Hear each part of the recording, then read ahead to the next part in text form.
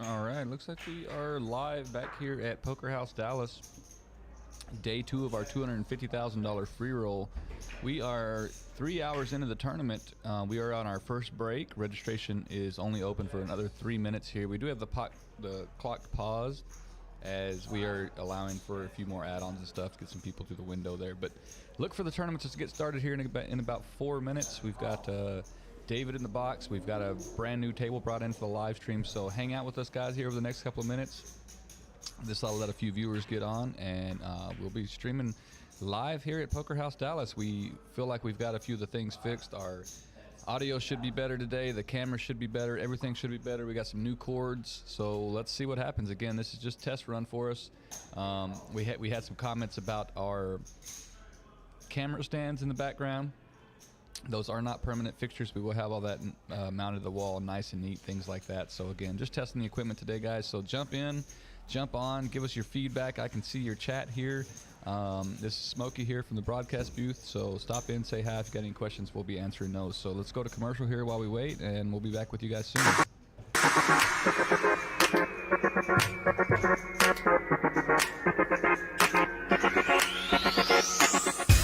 First thing you notice is the atmosphere, the quality of the tables and the chairs. As I came through, they said, oh, we got to give you a tour of the place. You know, they showed me around. Whenever you have several details like that, it starts to add up and just creates a better experience. This place is absolutely gorgeous. I think they did wonderful with the design and everything. It's just very comfortable. As a server, I'm gonna handle all of your needs, food, snacks, coffee. If you bring your own alcohol, we will be here to serve you guys. It's brand new, as you can see, and I like chargers on the table. That's new for me. Come play. It's gonna be a great time. The building is absolutely gorgeous. It just has a great open area, you know, for people to just hang out, have a good time. The management is focused on just creating a positive experience for everyone. We're going to have an armed guard at the front, making sure no one brings any weapons in, make it safe for everybody inside. Their promotions are really starting to bring people in, and as it grows, it's definitely going to compete with the other rooms in the area and probably overtake them. We have some of the best tournaments going on, some of the best cash games as well.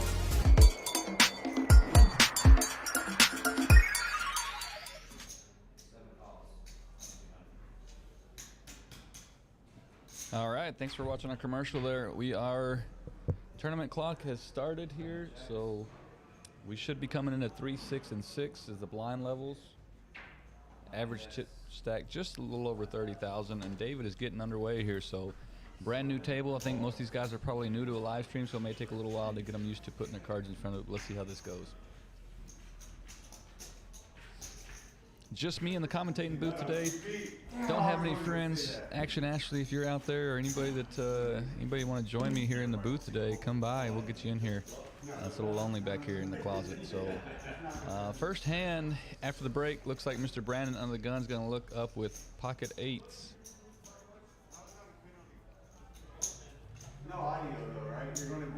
Looks like we're going to get another player seated here. We're waiting on the action for something. They're going to hear me say, Billy, I need your cards or we can't. What's the 8 raises 1,700. What's their phone number over there? All right, under the gun raises to 1,600 here. Blinds are 3, 6, and 6, so a little over 3x. Folding here. It looks like it's going to get through.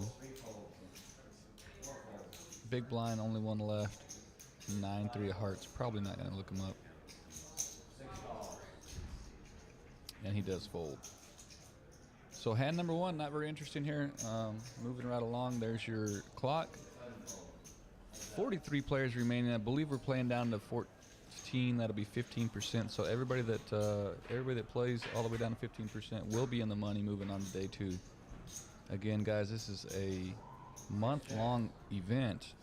Every Friday, Saturday, and Sunday we have a flight at noon, and then wrapping up towards the end of the month, day 2 will be on the 25th and 26th, with day 3 on the 27th. So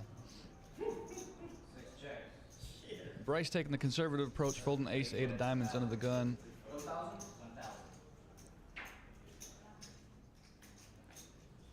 Looks like Mr. Sung here with ace jack and hijack. Expect a raise here. Gonna put in the raise 2,600.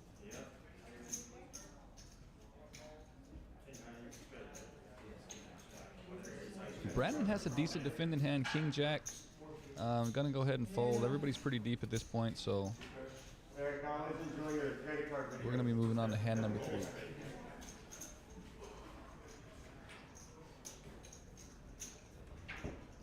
All right, as you see, our chip leader here at this table is Billy Mattingly. He has 100 big blinds with 60K. Our smallest stack is at 30 big blinds, so nobody in a hurry to go anywhere. Nobody's looking to shove a small stack in, so expect some play, some good poker here, guys. This free roll, there's a lot of time to maneuver. You do start with the free 5K stack. You can add on right away, double your stack to 10K for $100. So these guys have a lot of chips. It's a lot of fun. Come see us. All right, and Donkey here is going to raise in the hijack with 9-7 of spades. And Bryce is going to defend out of the big blind with Jack 8.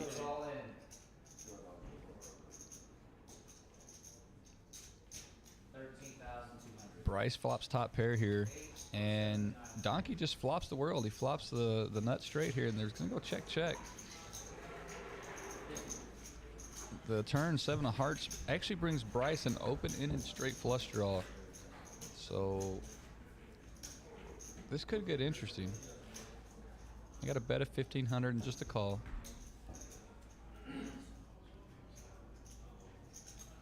Oh no. That's the worst card for Bryce there. There is 4 cards to a straight, so don't expect a lot of action. It goes check, check. It's a good check on Bryce's part there. River's 3 of a kind. He has showdown value, and wisely decides just to check. And Donkey with all the straight cards getting there, the full house opportunity, he just checks and takes down the pot.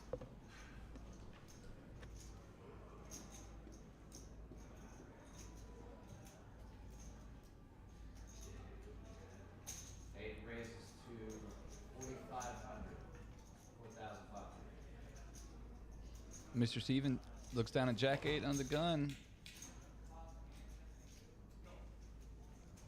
Got 2 A7s, 2 Queen 10s in his hand. Again, position really matters in tournament plays. You'll see here, A7 under the gun is not nearly as good as A7 on the button when the blinds are to fold around. So tournament strategies definitely.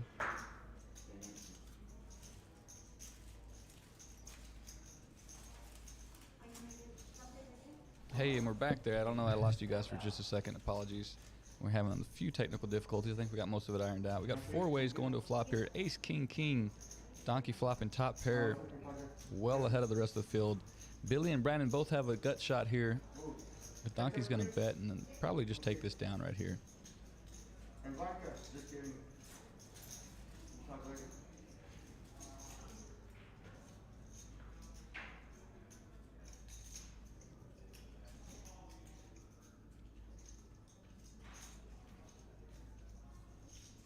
Billy makes the call, 1,700. He makes the call. He's got a gutter ball. He's got some backdoor flush opportunities. And David pills the turn, queen. It gives Billy a little bit of false hope here. He's got bottom pair, just a gutter ball. He's only a 9% chance to win this hand. It goes check, check. Deuce on the river helps nobody. Donkey's going to check. Billy happily shows his hand, but it's no good. I think Donkey missed a little bit of value there. I think the check on the turn, he could have went for some value. I don't know if he gets paid on the river, but definitely gave him an opportunity to get beat in the hand by checking the turn.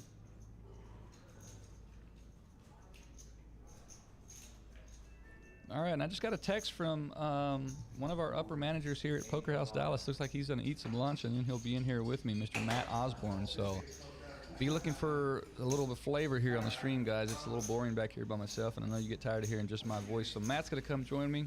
I can't wait till he gets in here. It's lonely back here. We're going on to hand number 5 here. Mr. Sung, Dow guy, looking down at Jack 4 of clubs. It's going to fold. Again, everybody's really deep here. Nobody's getting out of line. Jason Donkey here is going to call with ace 5 under the gun +1. Brandon with a similar hand, folding. All right, big blind, small blind, both come along. Going to a flop. And Donkey again hits top pair aces. I'm just gonna check. Trouble card, 10 of spades. Gives Steven a pair. Seat 6, raises to 2,600. So this time, checking the flop, Donkey's gonna entice a bet from Steven when he hits that pair of 10s on the turn. So he's gonna extract 1,500 out of him here unless a 6 or 10 pills. Oh, I'm sorry, our graphic just updated back here. Steven actually turned 2 pairs, so he's way out ahead, and Jason's just check calling with top pair, and he's obviously no good here, so looks like he's gonna call this off. He's gonna lose about a 10K pot. Yeah, and Jason's disgusted with himself there. He knows if he bets the flop, Steven goes away and he wins that, so.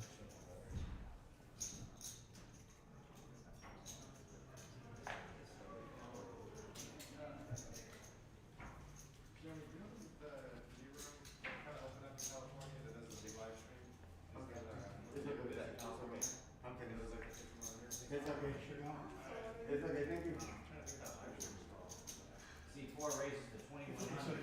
You know, or a new live stream? I'm pretty sure it's a new. It's not a live, but it's. I mean, the traditional ones, they're 5 calls. like gardens, 6 folds. hustler. I think it's hustler. That's a darn. 7 raises to 8,100. 8,100. I enjoy the gardens. When they redid Hawaiian Gardens and they remodeled it from the tent to the inside, it is 9 folds. gorgeous poker. It's very comfortable. 1 fold. It used to be fun. 3 folds. Yeah, I'm not sure. It's the biggest live stream now.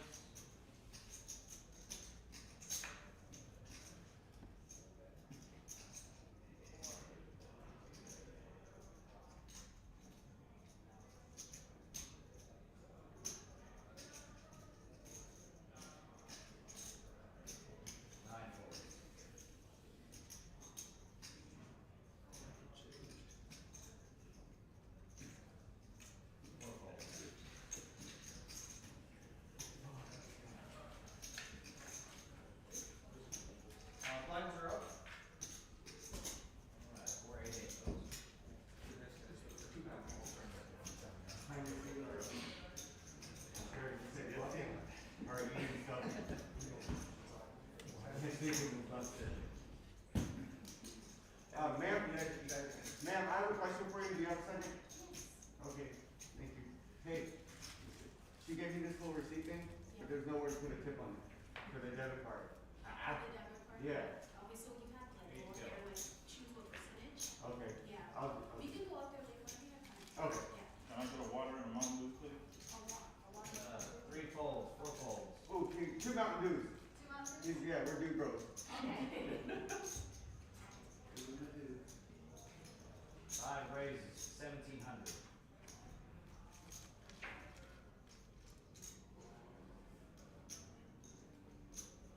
6 calls. 8 folds.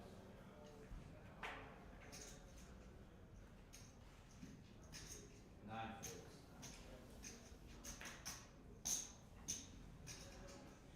1 fold. That's it.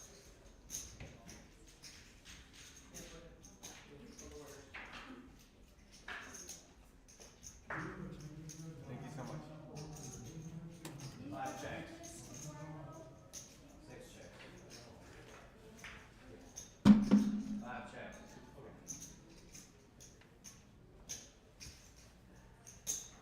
6 bets, 1,200. 5 calls.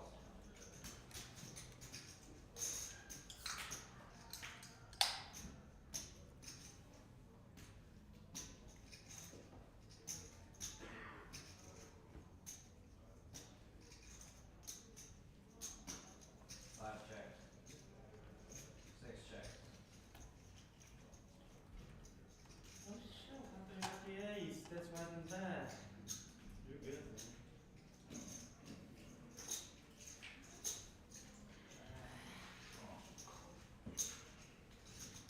Just commentating right now saying, oh, he messed up that off. Yeah.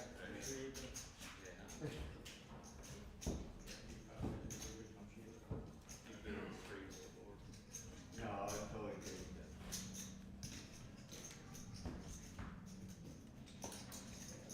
I've uploaded Saturday a couple times. All right, Dow guy under the gun here. Queen Forest diamonds, looking probably for the fold button. I'm assuming. Yup. Donkey 9 deuce. Been playing pretty aggressive, but he's not even gonna play that. You're a commentator? Oh, no. 4 raises, 2,200. Billy looking bored over here, grabbing for chips, but again makes the fold. Cutoff has an ace.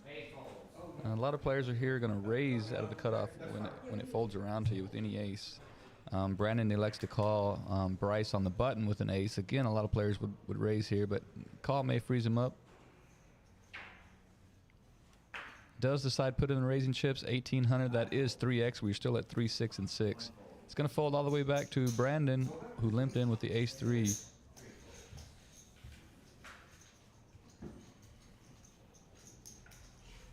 say the screen on affect your play. You're raising every pot since we're ready. Brandon's going to be out of position. He go ahead and puts a call in for 1,200 more chips. We're going to a flop where he flops 3 of a kind. Brandon way out ahead, unfortunately for Bryce. Almost flopped him dead.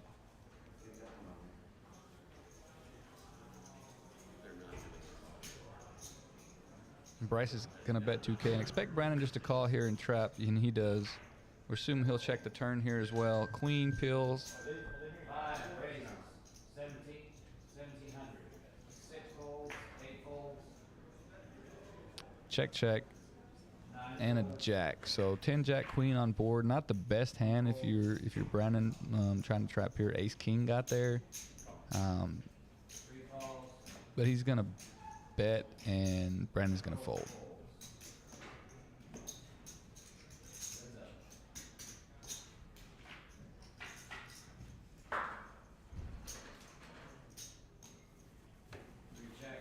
Looks like we lost a couple players. We're down to 41. We had 43 just a minute ago. We are down to 41 in our $250,000 free roll here at Poker House Dallas.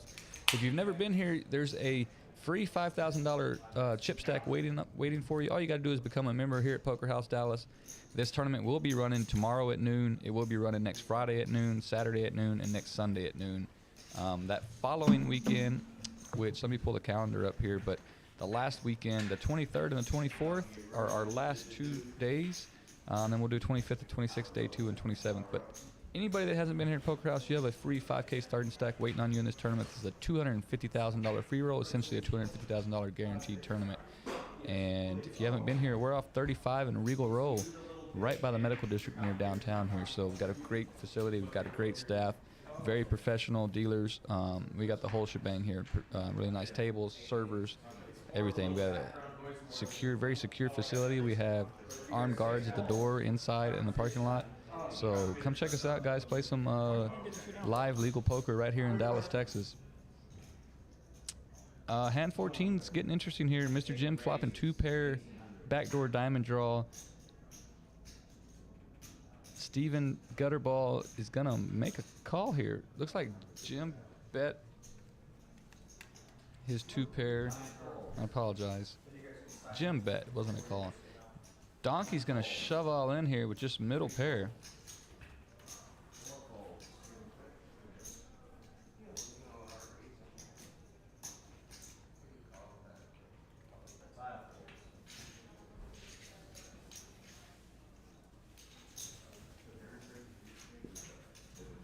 Yeah, Jim's going to go ahead and make the call. Donkey's not going to like it when he sees the cards flipped over. I think he was trying to make a move at the pot and unfortunately picked the wrong time. Still has some outs here, still 30% chance. Not a good card. And he's letting the dealer know to slow down just a little bit so we can talk about it back here and you guys can have a little suspense. Unfortunately for Donkey, he is eliminated from today's event, so I expect him to be back tomorrow. He's fired bullets in every day so far. He missed bagging yesterday by about 3 spots. Unfortunately, I think he got it in with pocket 5s against Ace King and the other gentleman river to king on the river. So again, just pretty standard for tournament play. But Donkey unfortunately missed the bag yesterday by about 3 spots and not going to bag today either. So expect to see him again here tomorrow at Poker House trying to get in day 2. There's a lot of value in this tournament, guys. $250,000, basically a guarantee the way this works. So we have almost 200 entries right now. The overlay is really, really big, so come check it out. Get in this thing, get value. You got a free 5K starting stack you can add on, and you can. There's an add-on and a mega add-on there on the first entry, so come check us out.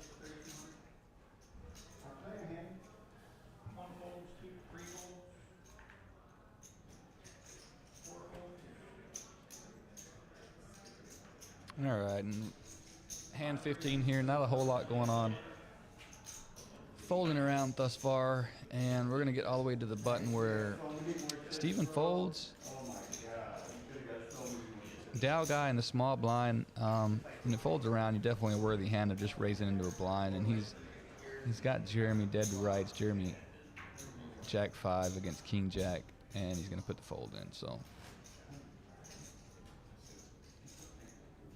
he will win the chips, and he will also win the dealer button. So looks like seat 8 will be small blind, and Jeremy, and seat 9 will be big blind. Moving on to the next hand here. 32,250 is your average chip stack. Most of the players here at this table are well above average. So as you see the chip counts there, we only have 1, and that's Mr. Dow guy, who is below the average, and he still has 27 big blinds. So nobody desperate at this table. There's not a whole lot of all-ins. We had a misstep there by Donkey. I think he wants that one back, but expect a new player to be in his seat shortly.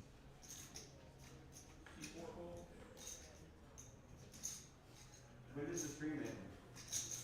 When does it end? C5 raises the 17. About 30 more minutes. All right, ace 4 of hearts for Mr. Jim and the hijack. The cutoff, Mr. Steven, 2 black aces here. It's going to 3-bet to 4,500. Small blind, big blind, and button. Probably all going to get out of the way. And Billy looking down. He's done this several times. He will look at his chips. He'll go to reach for some, then ultimately he folds. He's got ace deuce in the big blind, facing a 3-bet.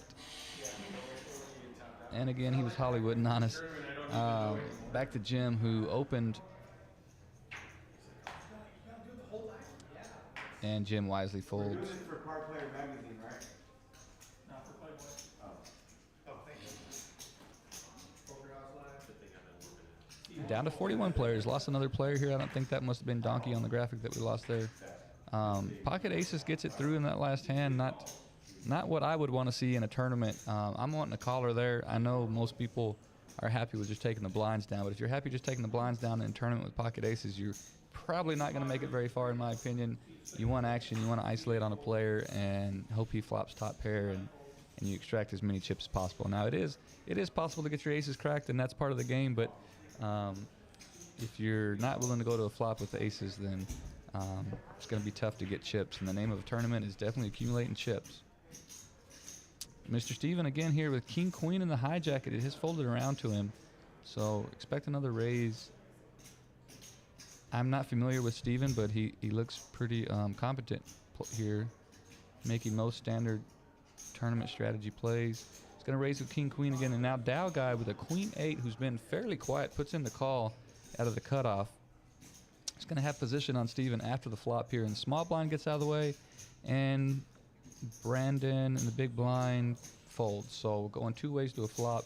Dow guy in trouble with queen 8 against king queen.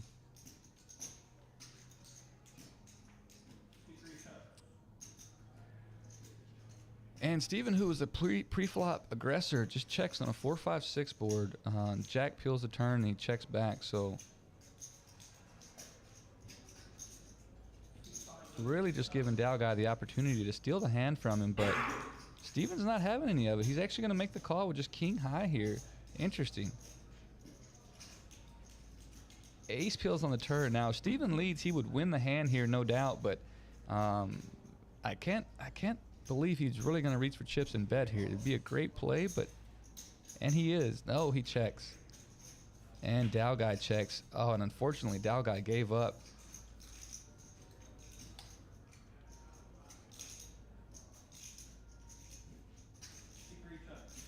Oh no, either one bets the river there, they're going to win. And Dow guy just disgusted with himself. He did bet the turn, but he froze a little bit when he got called, and so obviously easier for me when I'm back here seeing the cards, but he's definitely kicking himself, and the expression on his face there, he knows that he missed one. He can't afford to miss any. He's the short stack at the table with 17 big blinds, so definitely would have loved to have that pot right there.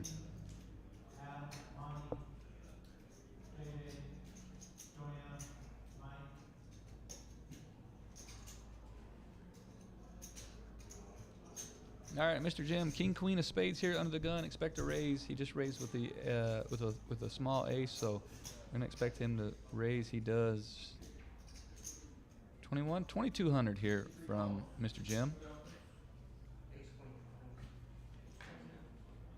Nobody has much of anything here. Now, you players, as a dealer, this first card that you burned, you put over the flop, so the flop read the king of clubs as the first card. So the people at home, if the betting didn't make sense, the flop was 10-3-7, not king 10-3 like you thought. And I just noted we've been I don't have anybody in the chat, so nobody's told me anything. I've been so concerned looking at the cards and reading the cards. We've been stuck on one camera here, so I'm gonna fix that for us. I thought we had all the bugs out. We're gonna fix the one camera here. We'll be switching cameras. Again, that won't take effect until 10 minutes down the road. You guys will see it in 10 minutes along with myself, but we've been fixed at this one camera angle for a while now. So jump on the chat, guys. Let us know what you're seeing out there. I have been so concerned with just letting you guys keeping up with the action that I didn't notice the camera wasn't switching. So we've got 17 viewers. We appreciate each and every one of you. If you guys, I know some of y'all are my personal friends. If you see something like that, send me a text or jump on the chat, please. King 9 from Steven under the gun here is going to get raising chips out. Going to raise it up to 1700. Let's see how out of line Mr. Bryce wants to get over here with a 10-8 in the small blind. He defended earlier with a similar hand, and he's going to defend here at 1300. Jim gets out of the way with 9 high, going two ways to a flop. 10-8 of clubs against king 9 of hearts.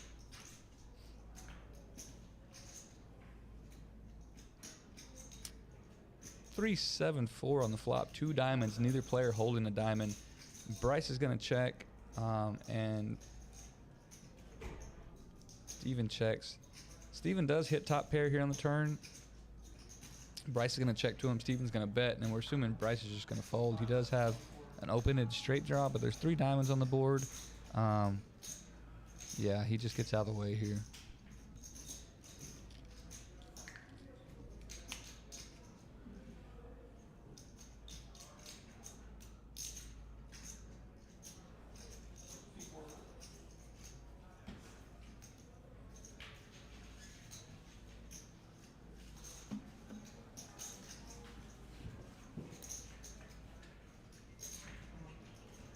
All right, 105 big blinds from Mr. Jim here is our chip leader at the table. I believe yesterday's big bag, I heard 340K was the big bag, so very impressive. It was one of the players at the live stream table, and I don't remember who it was, but a very impressive chip stack going into day 2. We've got a call from, I think our graphics are wrong. Jeremy's going to reach for raising chips. He's under the gun +1, looking down at a 4-5 of clubs. He's been pretty quiet. Going to lean on his tight image here at the table. Again, guys, our camera will start switching here in the next couple of minutes. We just figured out that was messed up.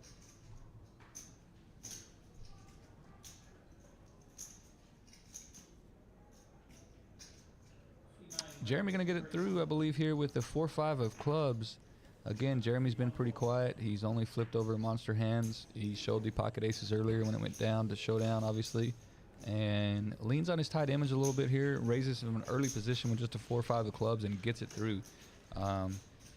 Very nice play right there by Jeremy. Always good to get one through every now and then to help pay for the blinds as they're coming around.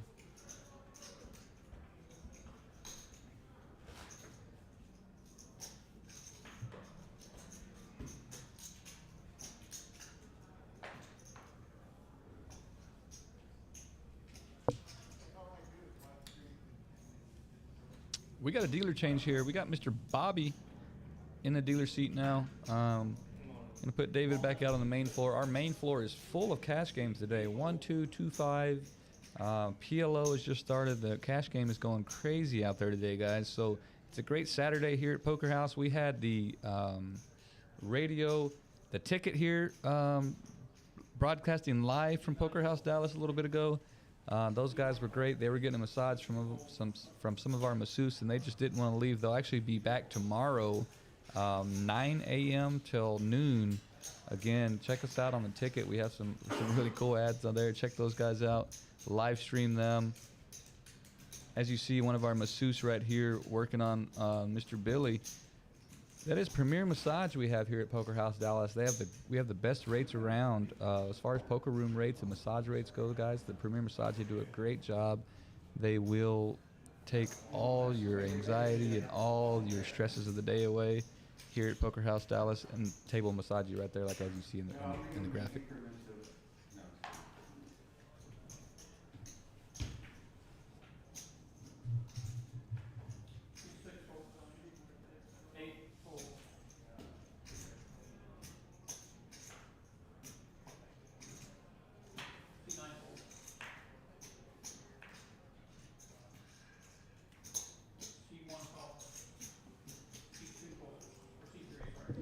All right, on to hand 22 of the live stream here.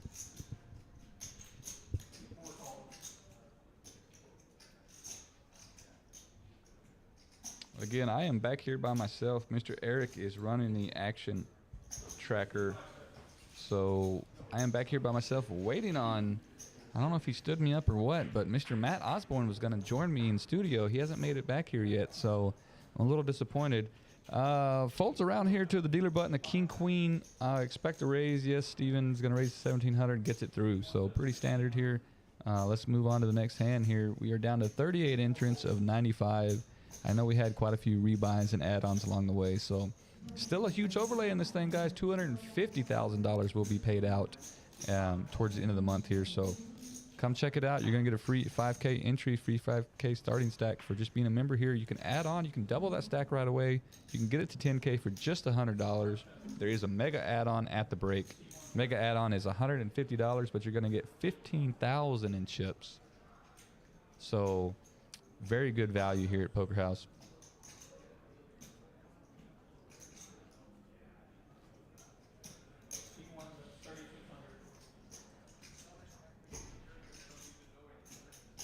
All right, Mr. Bryce here with Jack 10 under the gun +1. It's going to put in calling chips. Calls 800. We're at 4, 8, and 8. 400 in the small blind, 800 big blind, and an 800 big blind ante.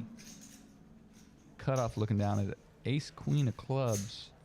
Mr. Steven again going to raise the 3,000. Going to fold back to our original caller, Mr. Bryce. Bryce is going to make the call, only 2,200 more to him. We're going to go 2 ways to a flop. Ace queen versus 10 jack. And king high flop.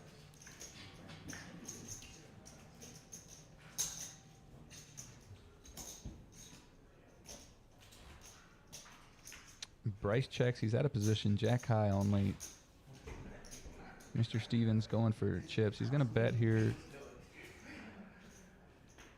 2,200.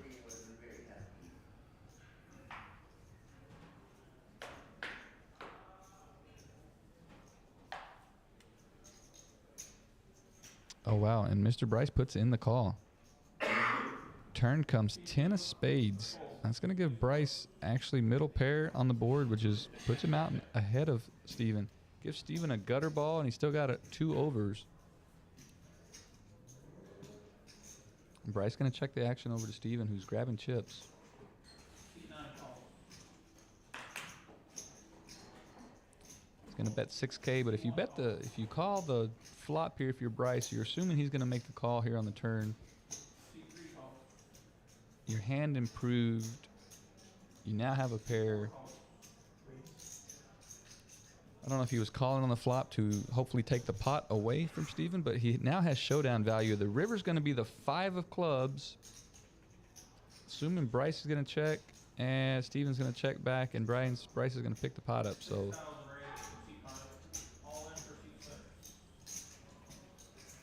there's a check from Bryce. Let's see if Steven's not going to give up. He wants to fire one more bullet.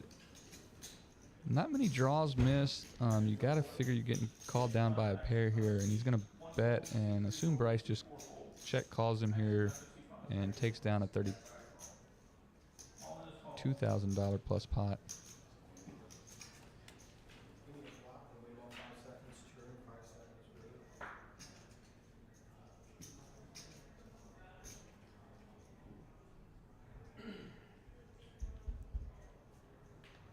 Bryce is really studying here. I don't know if he's thinking about raising here. I mean, the only thing that calls you is a better hand typically, so don't think you're going to fold.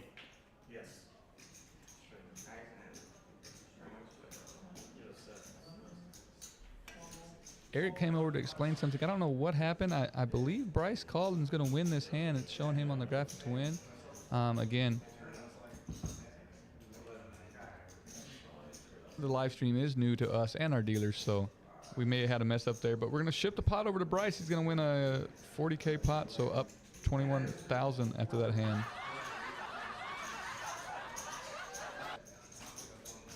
It was definitely not the sound we were going for. There we go. Good job, Bryce.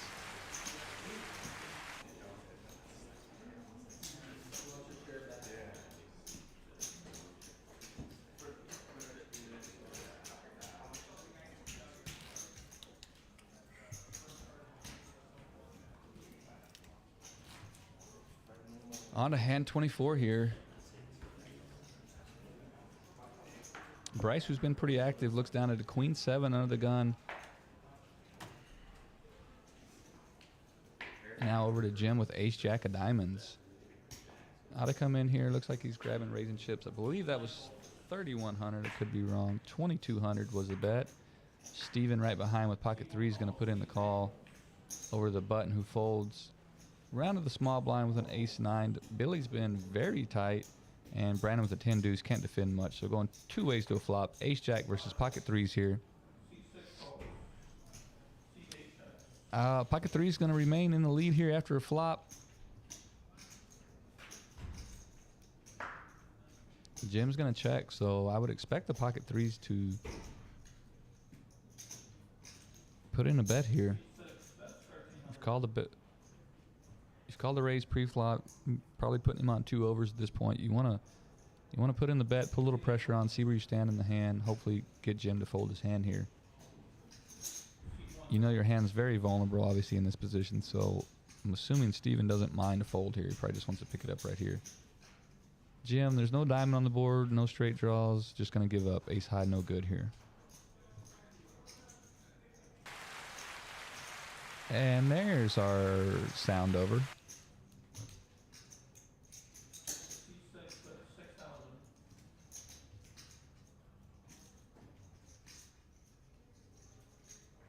And I apologize, my phone's blowing up here now with comments that I've asked people to give me feedback. So we're up to 23 viewers. That's awesome, guys. Welcome, everybody. This is a live stream at Poker House Dallas. We are on a temporary setup. When I say temporary, you see the cameras are set up on tripods and things like that. They will be obviously asphyxiated to the walls and stuff like that. Just getting this thing out of the box, just kind of playing around, checking the quality of the audio, the video, things like that. We don't even know that we'll hold on to these streams. But we have a tournament going on. It's a $250,000 free roll here at Poker House. So we wanted to get a feature table going every day, test this thing out. Hopefully I won't be stuck back here in the broadcast booth all the time. I am doing it just as a test. So we are looking for people that might be interested in broadcasting. Anybody that's got a good voice, witty, knows poker, we can get you back here in the booth and see if you got what it takes. But we're definitely looking for people that can do a better job than probably what I am doing right now. Not much going on in hand 25 here. Gonna look like it got all the way down to the big blind who raised and gonna pick up a couple of blinds and a big blind ante here.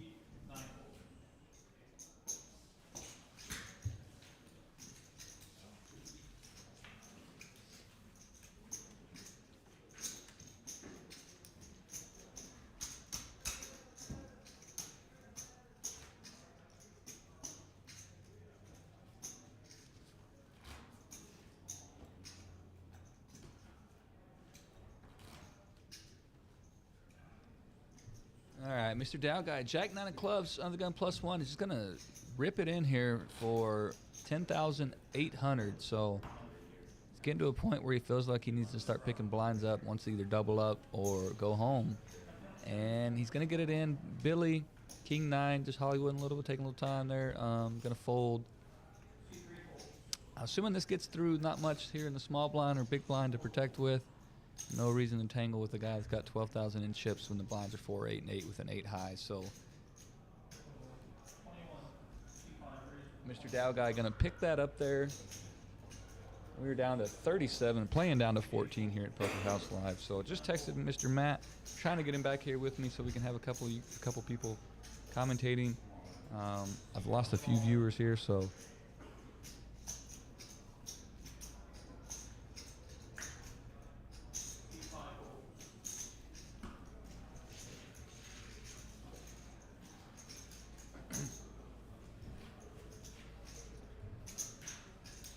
All right, Mr. Dow guy, who is on the shorter side, he's going to fold 7-8 under the gun. Jeremy with Jack 9 of diamonds decides to fold. Earlier he used his tight image to raise with some small suited connectors. Decides he's not going to try that here. He's going to fold around to the cutoff. It has a King 10. Grab some chips. Looks just like calling chips. I've seen Brandon do this a couple of times. Not interested in raising here. Just wants to see a flop, see if he can flop a king or a 10. Small blind's going to complete, and looks probably more like big blind. Mr. Stevens probably going to check here. Looks like he's sleeping here, getting a massage from Premier Massage. They will put you to sleep, and he snaps 2 here and going to check. We're going to go 3 ways to a flop. King high is in the lead. Oh, and it's going to flop a king high flush here. Nobody has a pair. Checks around to him. He's going to put in a bet, and probably going to pick this up. Nobody has. Steven doesn't have much. Jim doesn't have anything, so he's going to bet 1,600. Pot's now 4,800. And unfortunately for Steven, he's going to call. He does have a gutter ball to make a straight, and he has a 10 high diamond draw. Of course, we know. Oh no, completes his straight and completes his flush. We realize that his 10 of diamonds is no good here. Brandon does have the king high flush. A 5 of diamonds would make a straight flush. And now another action killer card, the 3 of clubs, pairs the board. Steven checks. Brandon probably going to go for some value here. Yeah, and Steven hit his hand on the turn. He's not going to fold for 3,600. He's going to call it off here and realize his decision to call on the flop wasn't the best.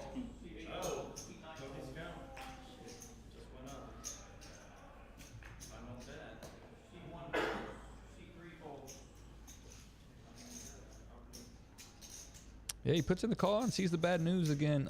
Easier said than done, but that's why sometimes those hands, you play hands like that, you know, you get stuck in those bad situations and sometimes just have to call it off. Ayo Panda here in the chat. First chat I've got today. They're asking, are we streaming on YouTube or just Twitch and Facebook right now? We're trying to stream on YouTube. YouTube put a 24-hour hold on us, so I don't know if when we started this we got on YouTube or not, but we will be on YouTube, obviously.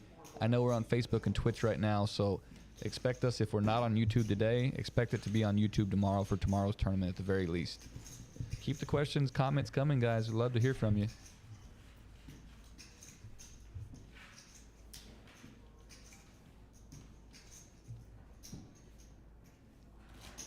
All right, Mr. Jeremy, under the gun, is going to fold deuce 4 of clubs. Looks like he exposed one of the cards. He told the rest of the table he was sorry there was a mistake, so I believe the rest of the table knows that a 4 of clubs has been exposed. Billy with the 9-5 of clubs. Definitely affects his hand a little bit. And Billy, who's been very quiet, is going to limp in here with 9-5 of clubs, under the gun +1. Brandon, who's been calling with very similar hands, going to call with the King 9. Bryce go ahead and completes with pocket 6s.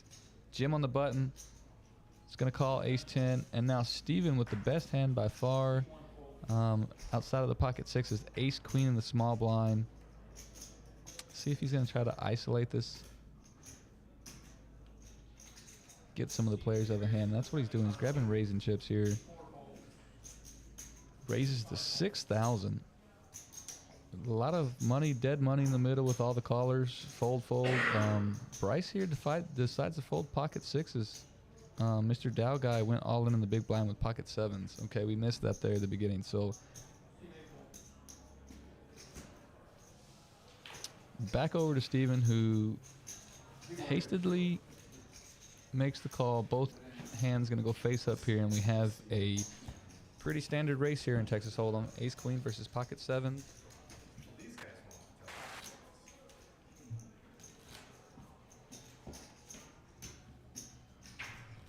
Six high flop, pocket 7 still out in front. Gonna need a ace queen or a spade here on the river. Definitely Bobby put the sweat on him. Nothing's ever easy here, and pocket 7 is gonna be good. Actually makes a straight here, which is irrelative, but Dow guy gonna get the full double up.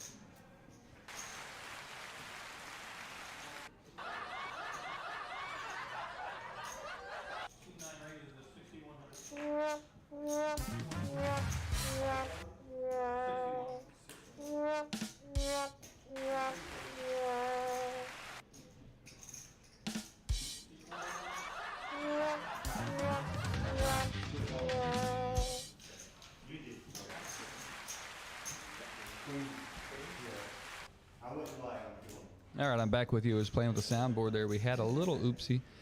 Panda, okay, awesome. Keep up the good work. I'll see y'all around, and y'all have a good day. Thank you, Panda. We hope to see you here at Poker House. Come play a free buy-in, free $5,000 tournament chips waiting on you tomorrow, Panda, if you show up.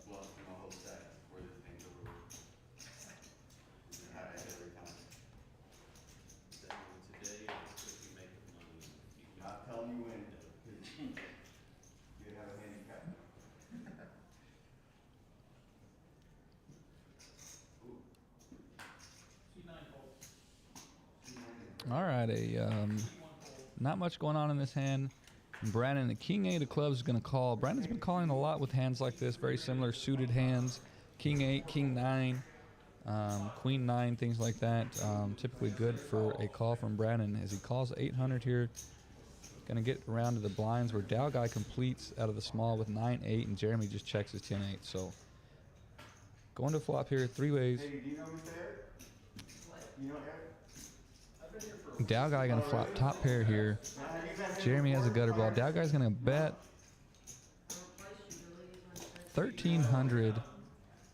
Jeremy has an over and a gutter. Decides to call. And Brandon would just really he's got a gutter ball to the 8, needs a 7, and he's got two backdoor. He's got a backdoor flush club draw.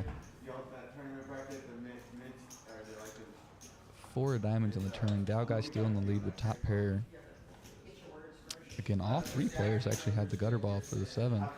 So It'd be pretty interesting to put a 7 on the river and see what happens, see if we see some fireworks. Dow guy, though, probably not going to let that happen as he bets 6,000. I expect 2 folds here. Fold, fold.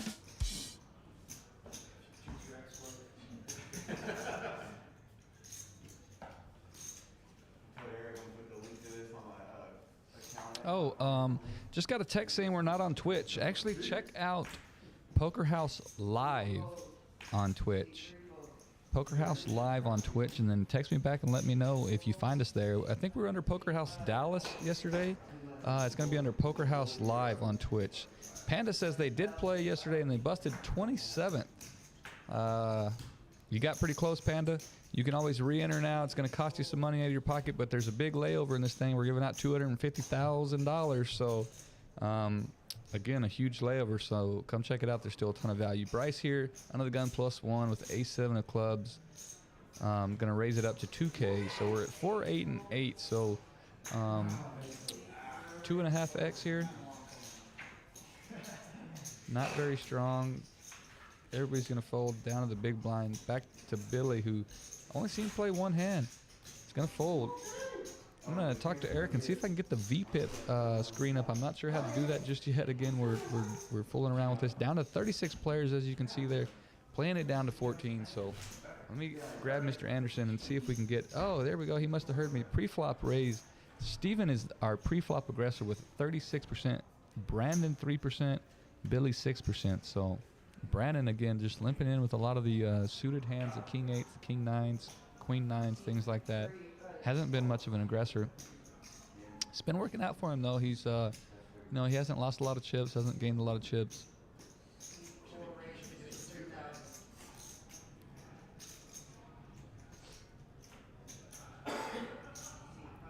All right, Mr. Bryce here under the gun folds a pretty hand. 9-10 of diamonds is going to fold. Again, position in tournament play has a lot to do with when you're raising with hands. If that was folded around to him on the button or the small blind, he probably puts in the raise. So position, just everything here. Steven grabs a whole lot of black chips and decides to raise with them, making it 2,100 with the queen 10 of clubs. Unfortunately for him, Brandon, who we were just speaking about, looks down at pocket jacks in the big blind, obviously going to defend. He actually decides to make a move here, puts all his chips in the middle, and probably going to get a pretty quick fold out of Steven.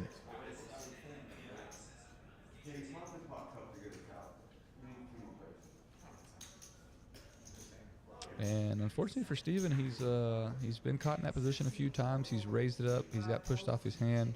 It's really taking an effect on his stack, I believe, as we see the chip count here. Yeah, Steven's down to 18 bigs, 14-5 in his stack.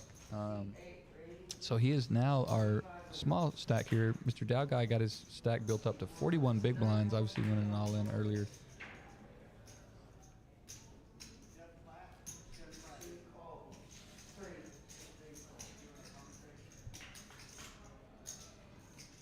All right, Mr. Jim gonna fold queen 7 of the gun.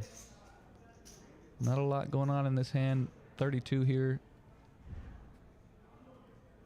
Jeremy in the cutoff decides to fold ace 3. Again, playing very tight. He's got a lot of chips though. No reason to get out of line. Just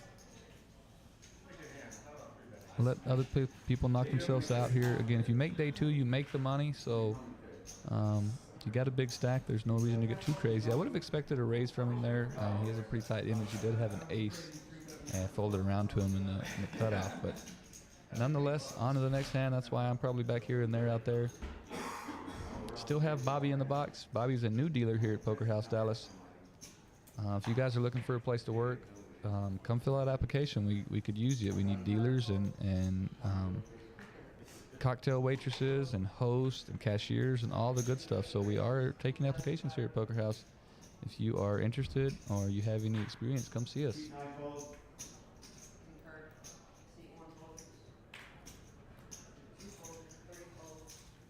All right, Mr. Dow guy on the gun +1, 33,000 chip stack. Probably going to put in a raise here to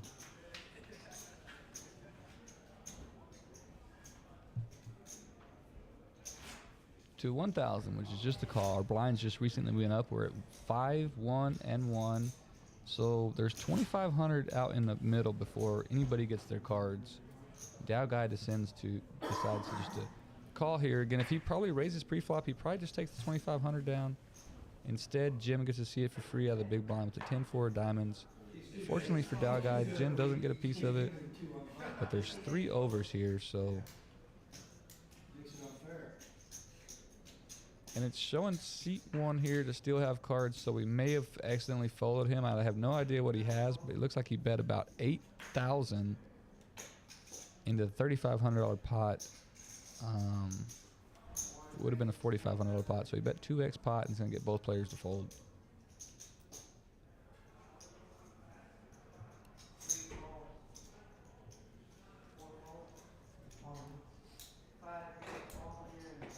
All right, guys, back up to 17 viewers again. And I don't know what they're doing with the graphics here, but Bobby is shuffling on. We should be on to the next hand here. So we appreciate everybody that's joined us today. This is our $250,000 free roll here at Poker House. This is Smokey back here in the live stream booth, waiting on someone else to join me. We are going to take a quick commercial break. We'll be right back with you here in about 2 minutes. I do want to get through this hand here, though. We have some hands here. Mr. Jeremy, who again is rocking the Poker House hoodie. Check out all our swag here, guys, when you come play. We have some really good hoodies, some really nice quality stuff. It all comes from exports down the road. See Rich Mendoza over there. He does a great job. I want to give him a shout out. Jeremy's going to raise the 3,000 here, and Bryce now on the button with a ace-queen. Bryce, a very good player. He plays quite a bit here at Poker House Dallas. He's going to 3-bet Jeremy to 7,500. And Jeremy playing so tight, knowing that Bryce is a good player with a tight image, I'm assuming Jeremy's going to go ahead and fold here. Hate to get called out of position with just an ace-10 of clubs. Yeah, disgruntled face, going to go ahead and fold. All right, guys, going to go to a quick commercial break. We'll be right back with you guys.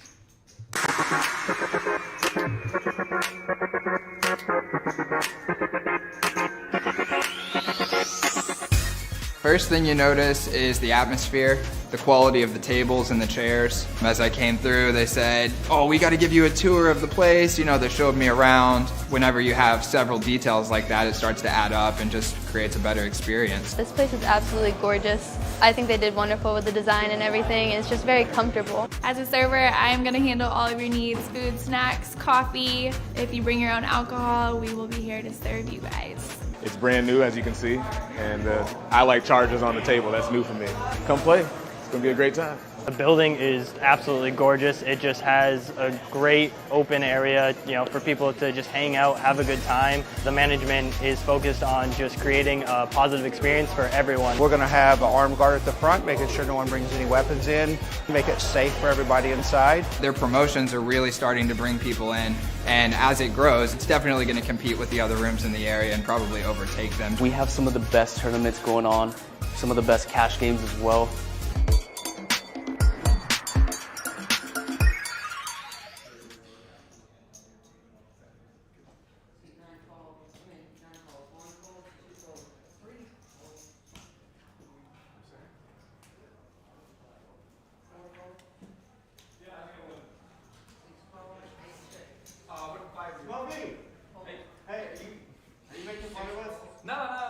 Y'all are good. Have you played a hand? Yeah. Oh, okay. I didn't see you playing that. 6 chips, 8 chips. Are we live streaming? Yes. Oh, nice. 15 minutes of live. Oh, was it on the website or on YouTube and Twitch?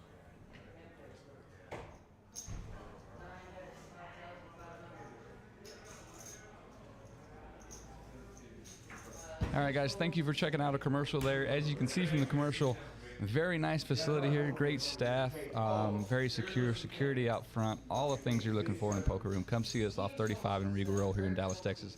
Back to the action here. Looks like Dow guy with an ace-10 against a king-9 who flopped middle pair from Bryce. He's going to bet and get a fold out of Dow guy, and he's going to pick the pot up, about a 10K pot here. I did see on my quick commercial break as I walked the floor, went to get something to drink, our cash games are out of control out there. I saw 2 or 3 all-ins from 2 or 3 different tables. A lot of action today. Everybody's fired up for the tournament. Chips are definitely moving around the table. If you're looking for action, I think we've got the greatest 1-2 game around with a $1 to $500 buy-in and allowing a dollar straddle, which is a $5 button straddle with ultimate last action, guys. It really vamps up that 1-2 game. So, again, come check us out. We do have 2 5 games running and PLO running as well right now. The Congress list was ramping up. I don't think we've started that game just yet, but if you're a Congress player, hey, come get on the list. We will get that game going for you. I don't see no more stacks like this, okay? See one fold? Just observation. No. Great. There's a box in front of you. Just put your cards right in the box so that everybody will read it and you're good to go. See two folds, see three folds. Four folds. All right, we got a dealer change now. Miss Katie is in the box. Let's see what Katie can bring us. Katie brought us an all-in from Mr. Steven in the cutoff with ace-7. Jeremy's got a king-queen here. He's got 50K in chips. Going to cost him, I believe it's going to cost him about 10K. Well, it's 500 small blind, so it's going to cost him 11.5 to make the call here. Decides to fold. And Billy, who I was razzing on the weight on my break, puts in the fold here.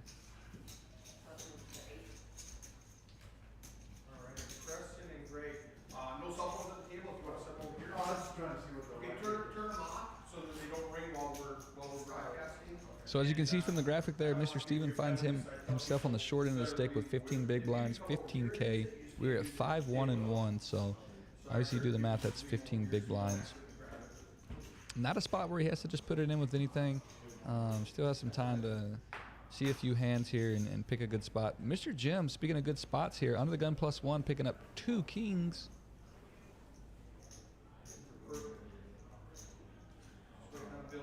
Jim, pretty patient player. I've played with him a few times. He plays here at Poker House a lot. Good player. He's going to raise it up 3x, the big blind. Steven, even though he's got a pretty looking hand with 10-8, wisely gets out of the way, and nobody having much of anything here. Jim going to take the blinds down.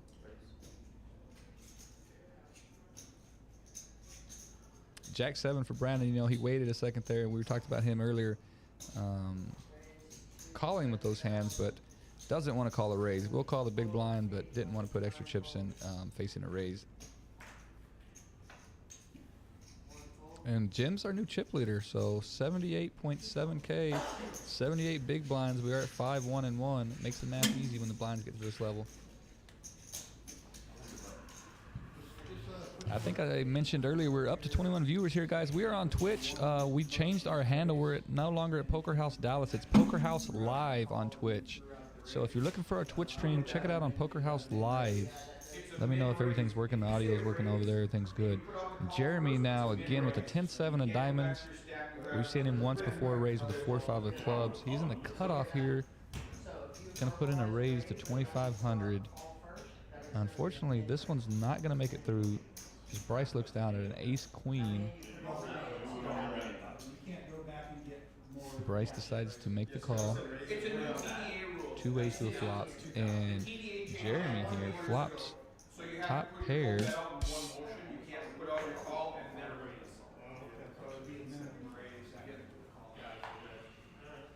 that's a rule that TDA changed 2 years ago. Bryce decides to check just ace high, and Jeremy with top pair is going to bet. Bryce folds. Little John going back and forth. Bryce acting like he was going to put in a raise there, and just razzing each other a little bit. All right, Bryce going to be the small blind here. Mr. Jim, our chip leader, is going to be the big blind. We are at 5-1-1. So big blind putting in 2,000 per round here. 1,000 of the big blind and 1,000 to an ante.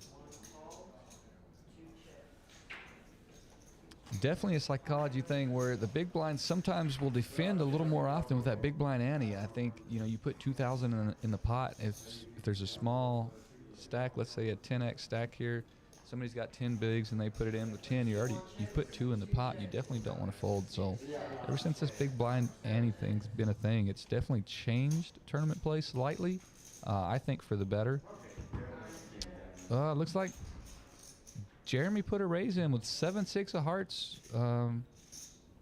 It's 2 in a row for Jeremy now. He's been rather quiet. He had one premium hand. The other times he has leaned on his tight image, and it's worked out for him thus far. Jeremy climbing the ranks here. 57 big blinds, 57,000 in chips. Rocking the Poker House swag. We definitely appreciate it, Jeremy. Hope it brings you good luck. Hope you make a deep run here. Dow guy under the gun with 10-7. Gonna get out of the way. Not much going on in this hand. We have a king jack in the cutoff from Brandon here.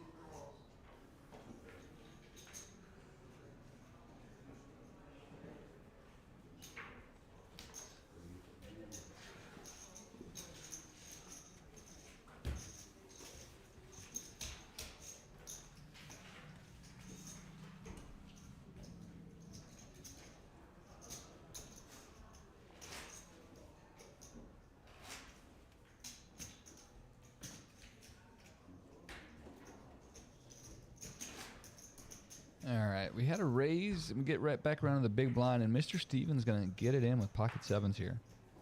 He's got 14K, so it's really only about 14 big blinds, so pretty standard. There was a raise, a call. You know, it's a 20K pot now, so Steven definitely wouldn't mind picking it up right here.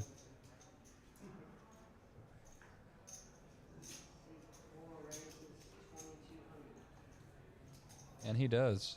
Steven working on his chip stack. He had a decent stack earlier and got in some bad spots with some big hands. That's tournament play for you. He's building it back up right here as he picks up a decent pot here. He's going to have to put 500 of it right back in as the blinds are 5-1 and 1.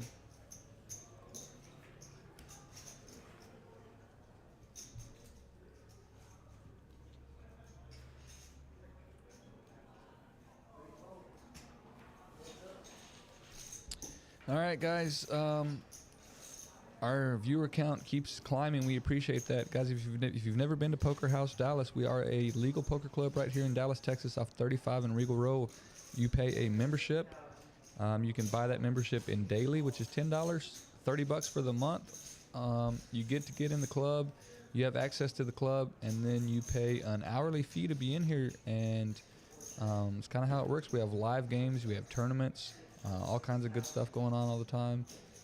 Pocket Jack's going to get one through here. Not get one through, obviously, the best hand by far. Going to pick up the table scraps.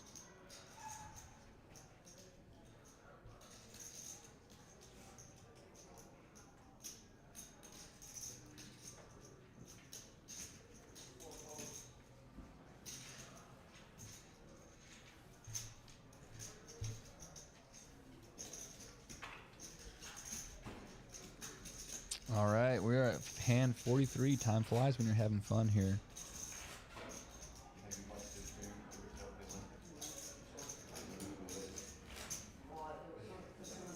All right, Billy under the gun here. Ace-7 of spades. I don't think I've seen him play, but maybe one hand this entire time.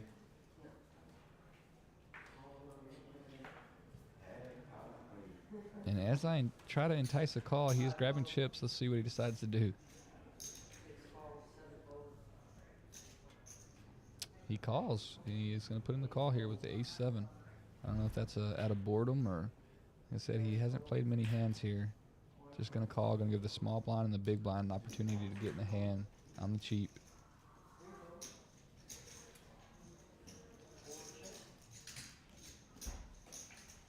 All right, 3 ways to a flop. King, 8, Jack. Dow Guy and Billy have the same hand. Dow Guy's percentages are slightly increased. You see he's got a backdoor diamond draw and no spade on the board, but more than likely would be a chop here. But no chop. Billy's going to bet, and I expect it to go fold. And Billy's going to win a hand. He acts disappointed there, trying to get the players to believe, I think, that he had a big hand. Now he's laughing and saying, flip it over.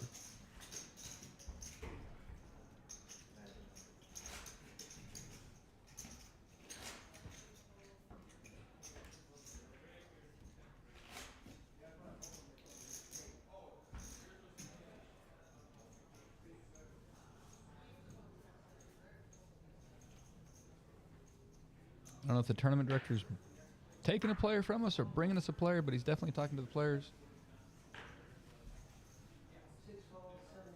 Looks like he's going to be bringing us a player over here to seat 7, I believe is what's going on. Probably getting the chip counts, making sure our chip counts are all right so I don't sound like a moron back here with the incorrect information. I do that enough on my own. All right, players not in here, so we're going to continue moving on.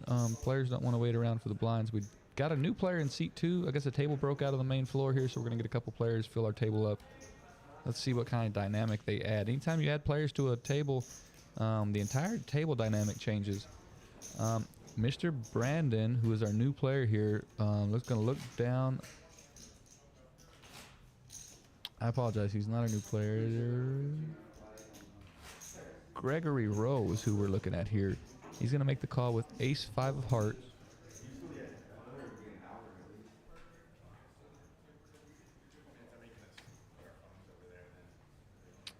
And the big blind's going to pick up a premium here. Mr. Billy, ace king of clubs. This will be his second hand in a row to play now. Haven't played a hand all day. Now he's going to pick up 2 hands in a row here, possibly. Way out in front with the ace king against ace 5. Expect a raise.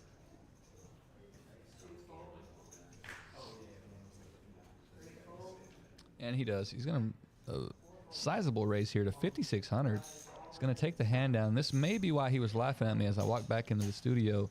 He was wondering if we were making fun of him back here, and I asked him, I said, have you even played a hand? I haven't seen you play a hand. And he kind of chuckled, and maybe that was why, because he actually played 2 hands in a row there. So let's see if he goes for a 3. Again, hadn't played a hand all day, so hopefully if he watches the stream, he knows why I was razzing him a little bit. But just glad to have everybody here at Poker House Dallas today again for our $250,000 free roll, guys. We will be running this tournament again tomorrow at noon. We will be live streaming it, and unfortunately, I'll probably be stuck in the broadcast booth again tomorrow. So we'll see. Maybe I can get somebody else to join me, or maybe I can get somebody else to take my job completely. Mr. Gregory Rowe, one of our new players here, looking down at pocket 4s under the gun. Don't know how he's played all day. Looks like he's got a decent average stack here. Looks around like 38K. I believe that's slightly under the average or right at average.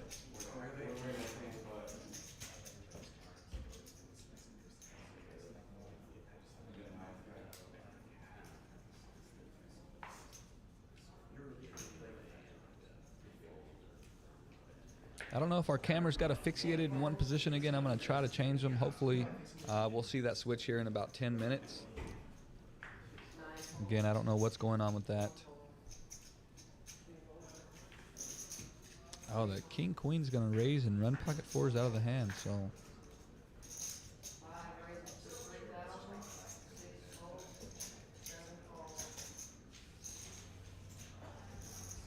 all right, our new players here are Gregory Rowe with 38 big blinds and Mr. Preston.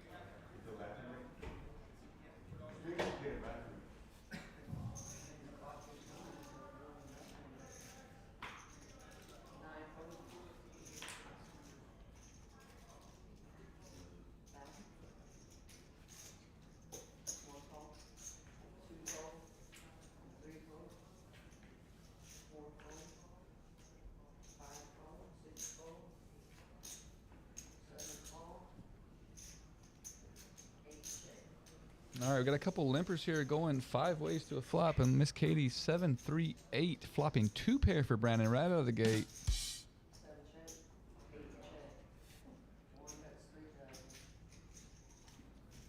Gregory, we're gonna go check the 2 pair, gonna check an open-ended straight draw, and then is ace 5 gonna bet here? No. All right, we're going to a turn. Everybody's gonna get a free turn, and we complete the straight.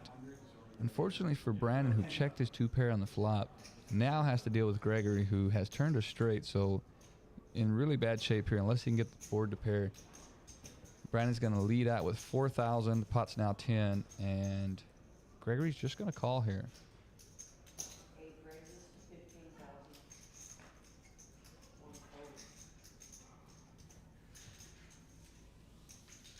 fold. Oh, and the Jack of Diamonds is definitely an action killer here for Brandon's hand. He's going to go ahead and continue to fire. Bets 4K, a call, and Mr. Rowe going to take it down with a 9 high straight. Brandon definitely kicking himself for not betting the flop here, but probably doesn't change much. The open-ended draw probably calls, and he probably loses the least amount possible there. So could have checked the river. Diamond gets there. The straight probably checks it back, so maybe lost an extra bet there, but pretty standard. Unfortunately, didn't bet the flop, but probably would have just cost him to lose more chips anyway.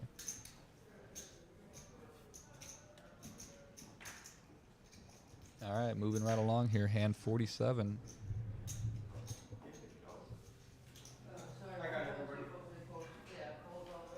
Mr. Jim, who hasn't had a hand in a while, is going to look down at a 10-9 of diamonds. Very enticing hand. These kinds of hands can get you in trouble. At an early position, Jim's going to put in a raise to 2,200. Very polarizing coming from Jim. Dow guy with a 10 jack's going to call.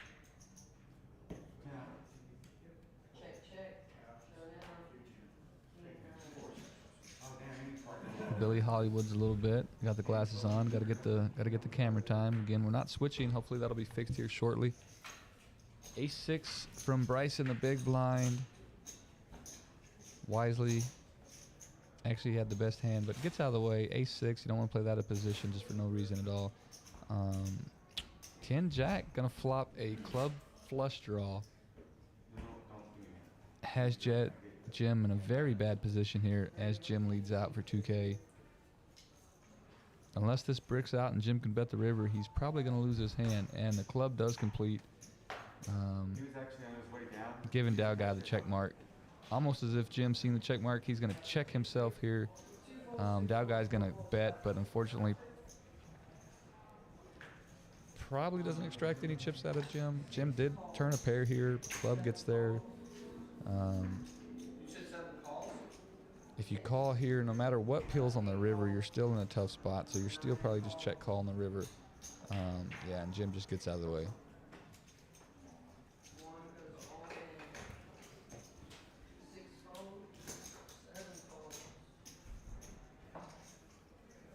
5 minutes remaining on this blind level. We're still at 5-1-1. And guess who just walked in the door? You guessed it, Mr. Matt Osborne himself. If you guys are wanting a, Matt, are you giving out autographs today here at Poker House? Let me get his mic set up here, guys. Give me just a minute.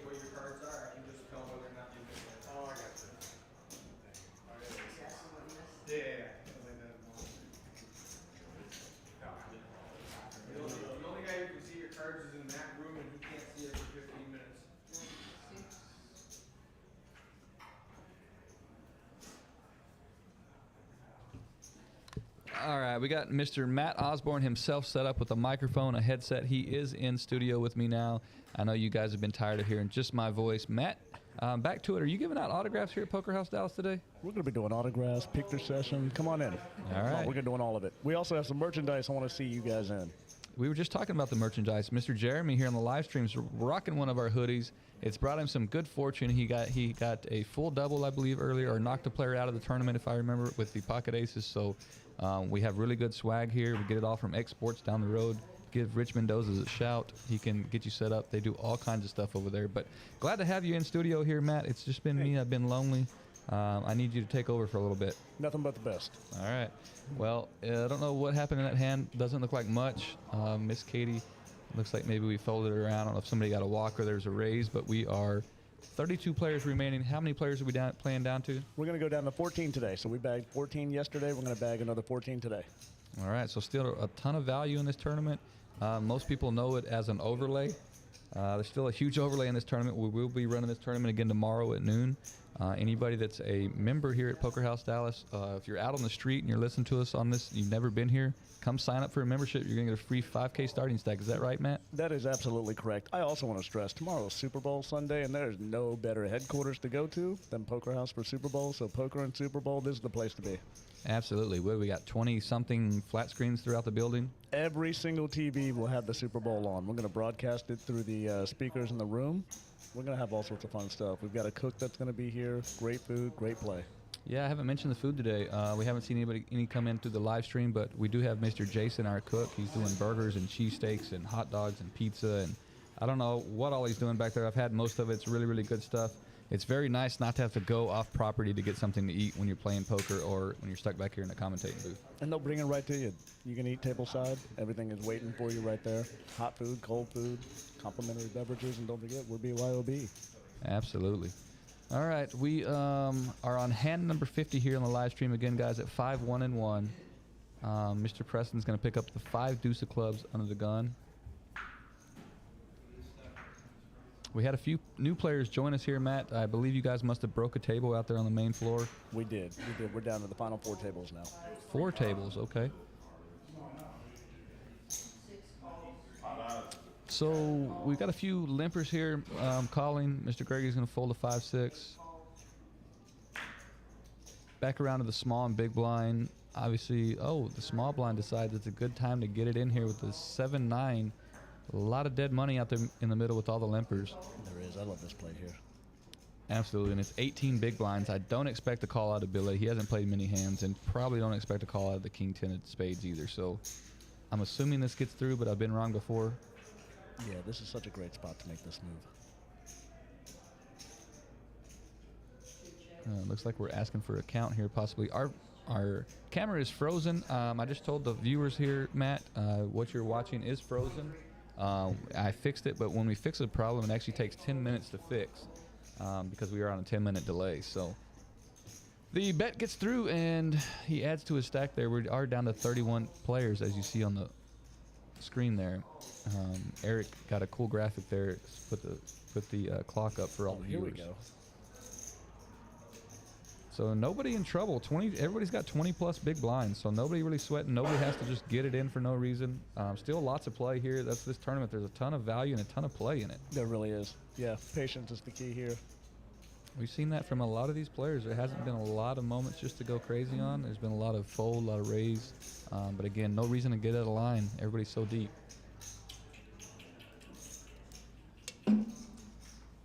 Not much going on in this hand. Looks like it could fold around to the button who's got pocket 2s.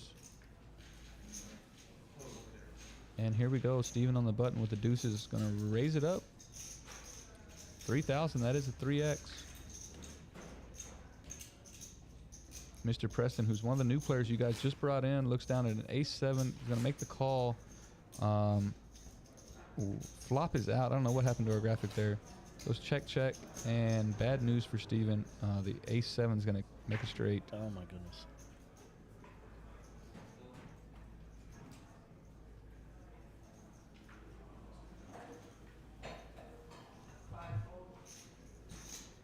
Tell us about the action out there. I just walked through to get a Gatorade. I had to put them on a commercial break. Cash was going nuts when I walked out there. There's 3 or 4 people in on 3 or 4 different tables. What's the room? What's the energy in the room today? There's a great energy out there. So we have a long list that's starting to develop. We have a nice spread of different games. I think we got 5 different games going at the moment. More people are adding their names to the list. They're on the way in. We have dealers waiting to open up more tables. I believe we're sitting at 7 cash tables right now with more coming. We want to open up any kind of game you guys want to play. Let us know. If we don't have it on the board right now, we'll add it to the board. We want to get you guys in here. But right now, it's a party vibe. Music's going. Everybody's happy. Awesome. I was just explaining to the viewers that we actually had the ticket in here broadcasting earlier. They will be back tomorrow, I believe, from 9 a.m. or 10 a.m. to noon. So they'll be broadcasting, before the Super Bowl. We love to have them. I believe they're the #1 sports broadcasting here in Dallas, Texas. Do you remember, where can we find them at? What stations are they on? Let's see. The ticket's on a couple of stations. Well, I put us on the spot, and I don't know. I apologize. But check them out. I'm sure you can just Google them, the ticket. And I know they live stream. We have Jeremy here. Let me get to the action. Jeremy has flopped 2 pair here, and he's going to set a trap. Brandon steps in it and bets 3,000.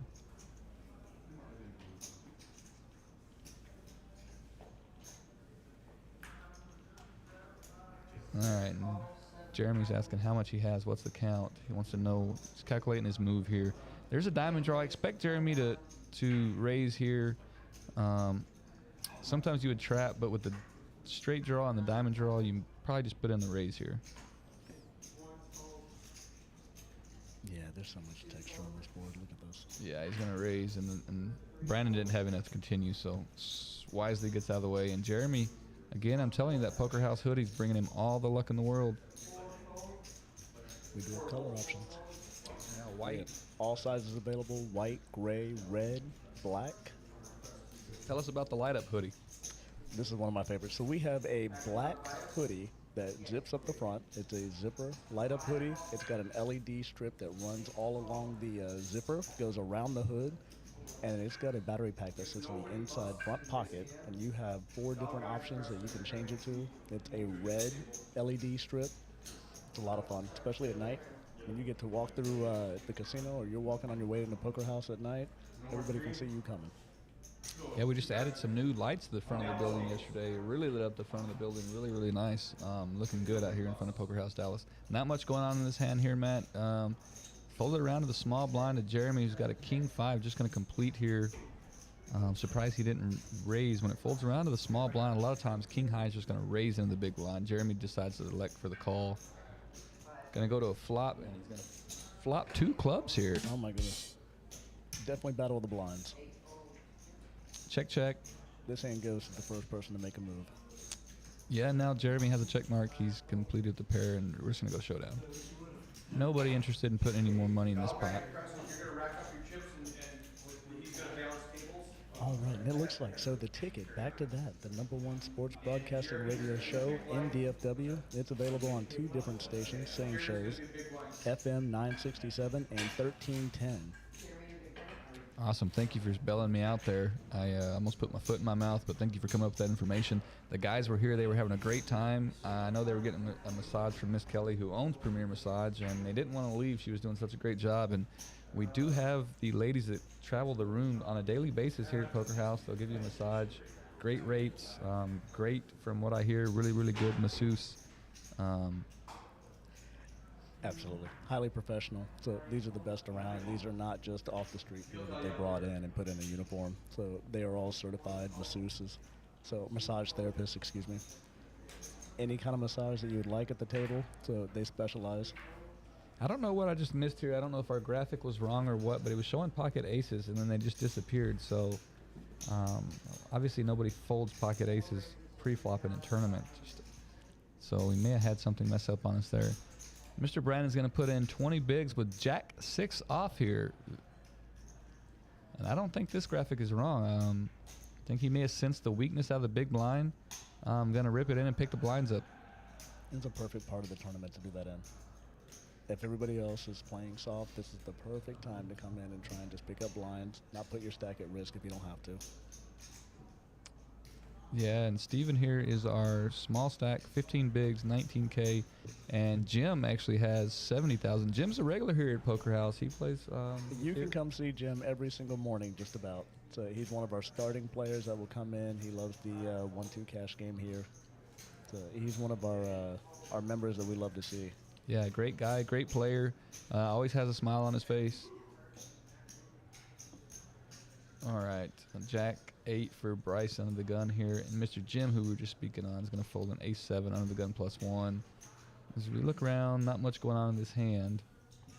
Not all hands are premium aces versus kings and queens and ace kings. You know, you get a lot of these hands in cash games and tournaments alike. You know, it's not all. We're not broadcasting a highlight reel here, so you're going to get hands like this. They're just kind of monotonous.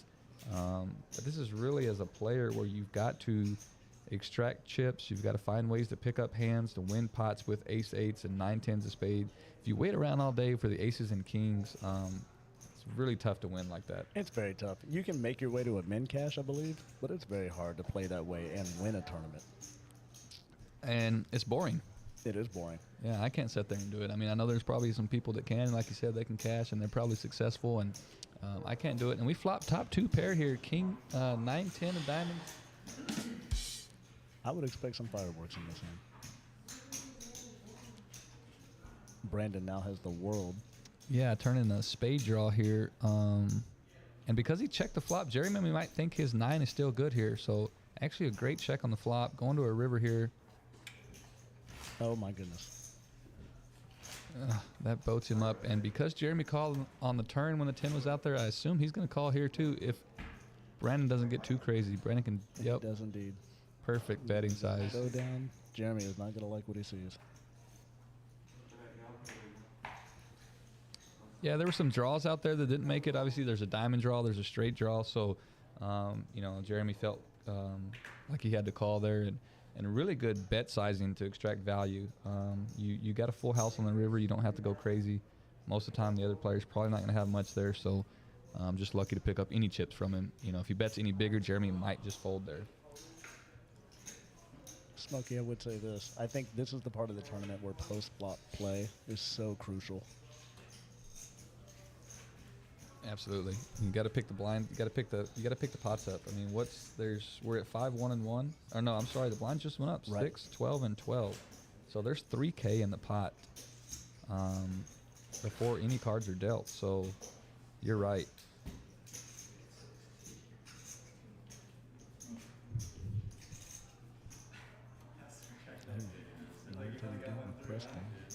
Yeah, Jeremy's going to raise here. Ace 10. Last time he raised with Ace 10, he got 3-bet by Ace King, and he got away from it. But Mr. Rowe here, Queen Jack in the small blind is going to complete. Bryce, who's been playing pretty tight, is going to check. Oh, I'm sorry. The 1200 is just a call at this point. So we have 6 ways here. A lot of limpers, a lot of dead money in this. Let's see who flops what. So open-ended straight draw with Preston. Yeah, and our small blind flop top pair actually has the best of it right now, but a lot of opportunities for a lot of people to improve their hand here. Absolutely. Preston does decide to bet that open-ended. Probably going to get a call from Gregory, who's got top pair here. Dow guy with just bottom pair decides to call, trying to get lucky here. Oh. And Preston improves his hand with a pair. It goes check, check, check on the turn. Very surprising. And now the ace is going to freeze everybody, and it checks where the jack just picks the pot up here uncontested. So as wet as that board got, I know Gregory's very happy to be taking that down with just one pair queen kicker. I'm sure he did not like seeing that ace. No, bad turn for him too. You know, straights get there, and then obviously the ace gets there. Anybody that's just playing a naked ace gets there. So probably kicking himself for not betting, but it worked out for him in the end as we down to 29 players here. 20 minutes left in this blind level. Blinds are 30 minutes, is that correct? Every level is 30 minutes, that's correct. Yeah. A lot of play in this tournament. You get to get a lot of value, a lot of enjoyment. Awesome. Today's the second of our first 2 day ones. We do have 6 more day ones to go. If you did not get to play this weekend yet, tomorrow is the 3rd day one. So please look at the schedule, find where you can play, and come join us. If you did play in any of these days, you can also come back and play again and try and get a better stack. You're taking your best bag forward, is that right? That is absolutely correct. Okay, so can you explain how that works for people that might not be familiar with the terms? Yeah, so if you played yesterday and made it to our final 14 that bagged, if you bagged 20,000, you didn't like that bag, you can come back and play again today, bag a better stack, and if you have more than 20,000, the highest number in your bag is the bag that you get to carry forward to day 2. Okay, so what would happen to your lower bag? All the other bags that you might have, they all get forfeited, and we just carry forward the best bag that you had. Okay. It looks like the big blinds look like he 3-bet the button or 4-bet the button here. We really missed that action there. We were busy talking, but Miss Katie gonna wash them and right on to the next hand. Very fast dealer. Miss Katie's one of our excellent dealers here. We got a great staff. Our players that are from DFW probably all know Katie. So Katie's a mainstay here in this area.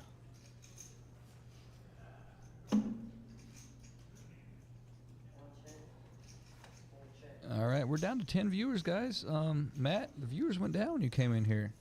I'm gonna just say that they're probably all buying new merchandise and on their way in. Oh yeah, that's a great point. Actually, they probably got off their phones and they're driving to Poker House for the photo session. That's the only thing that makes sense. Yeah.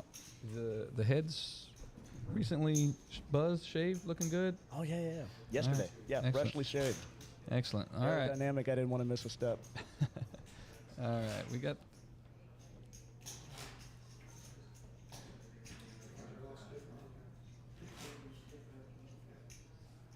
Got pocket nines in the big blind here. Under the gun, limped in with king 7, and then Jeremy raised with ace 10 again. I don't think Steven's going anywhere with the pocket nines out of the big blind. It's just a matter of if he wants to raise or if he's just going to make the call. I'm really excited to see what Dow Guy does. There's so much value here in the call. Go to a three-way flop. Absolutely. And he does. They both put the call in, so we're going 3 ways. Ace 10, king 7, and 2 nines.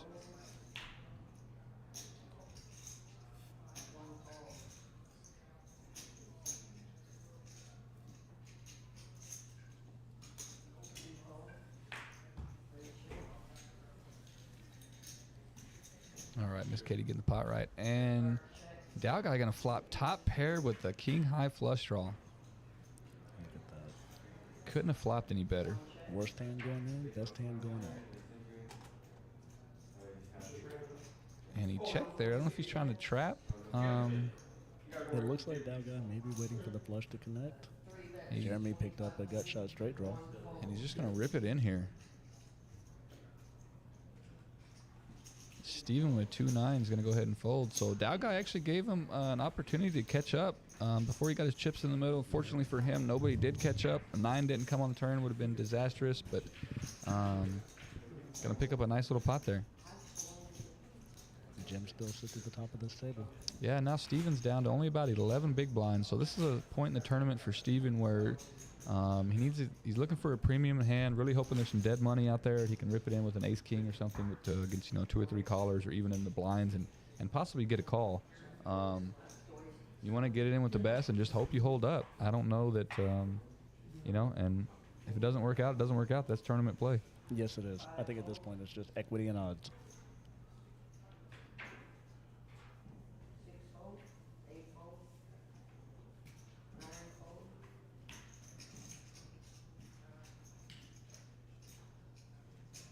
All right, Brandon with a 10 jack's going to call. Brandon's been calling. I mentioned this several times in the stream. Those get you in trouble hands, the pretty looking hands. He elects to just limp in pre-flop with them. Now Jim on the button. Looks like he put in raise here, 3,500, just under 3x. I really would like to see Jeremy 3-bet here. Jeremy has been, you haven't been with us the whole time. Jeremy's definitely been leaning on his tight image. I know he's raised with ace 10 a couple times, but earlier in the stream he was really raising with suited connectors, like the 6-7 hearts he has now, and just getting it through just because he was playing so tight. But, definitely, like you said, if he was to raise here, he would probably get it through. He doesn't know that, right? Easier said than done when we can see the cards, but.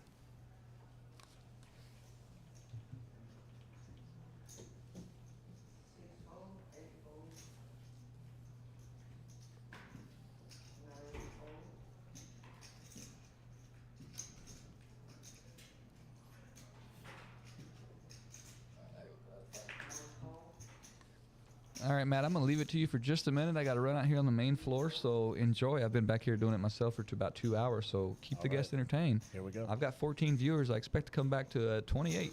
That is quite the increase. All right.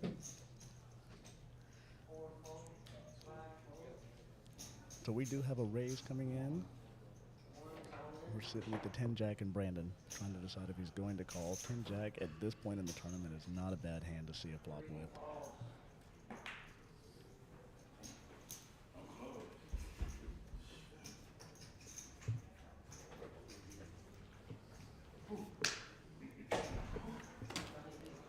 Go. Brandon does develop a straight draw. Probably exactly where he wants to sit. We know he's behind right now, though.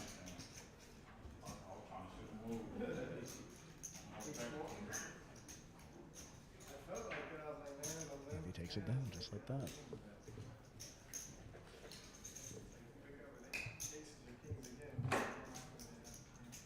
If you have yet to be in Poker House, now is the perfect time to start coming in. We're testing out the live stream table. We're going to start featuring more live stream games. We're doing the tournament right now. Look next week to start seeing some cash games premiere. We'll be debuting a few small stakes games, and then we'll go up from there. I'm excited. You'll also see the graphics and the production value go up as we go. This weekend is our test weekend. We appreciate your patience while we figure this out.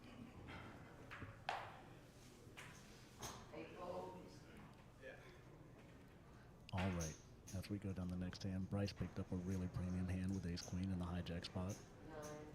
I do look for him to get called up with some action here with Jim in the pocket eights. No.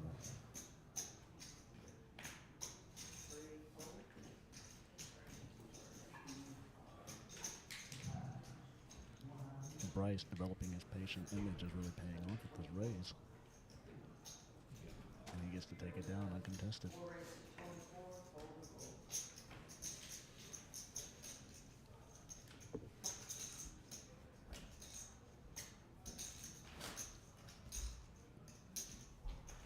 And still, Jim is at the top of the leaderboard for this table with 57 big blinds. We are still sitting at blinds of 600, 1200, 1200.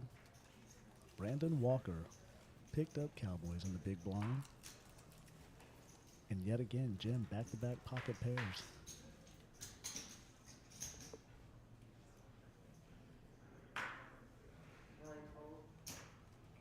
Bryce is 3x raised. Jim does decide to call up the pocket tens this hand.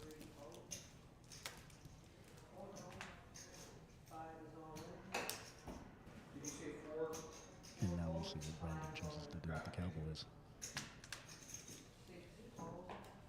And he rips it all in for 44K.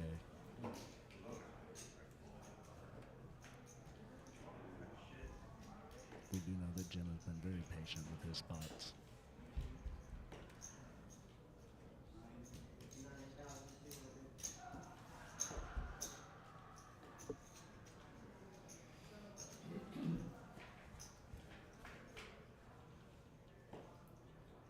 And he lays it down and the pocket kings get a walk.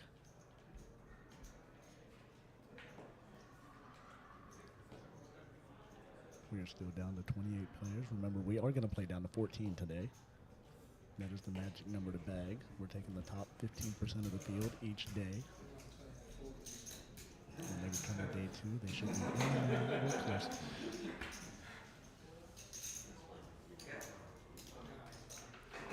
As you can see, there's one of our great Poker House hoodies.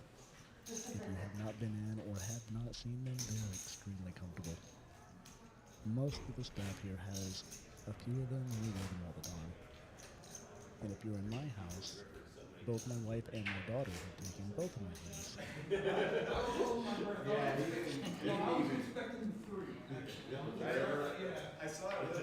If you're keeping track, this is the third hand now for Jim to have a poker power away. Pocket eights, pocket tens, pocket eights again.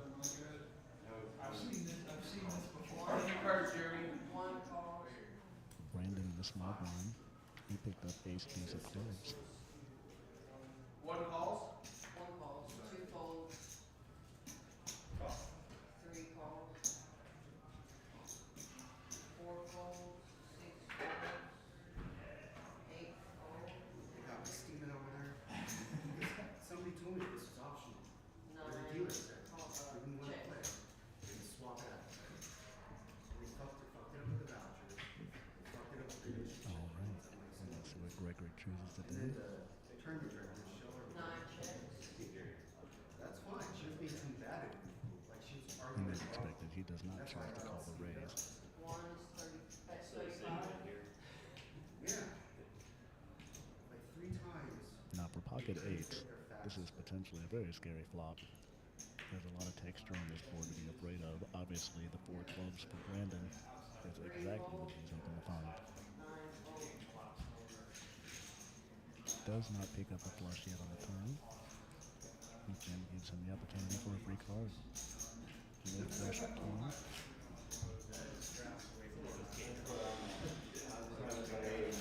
And the third pocket call, Jim goes correct. He gets a adding 3 tables to our menu. And how many chips do you have? And on this table, we have a new leader that has entered the ring. Jim Coyle is now, with 100 big blinds, our chip leader at this table. Thank you.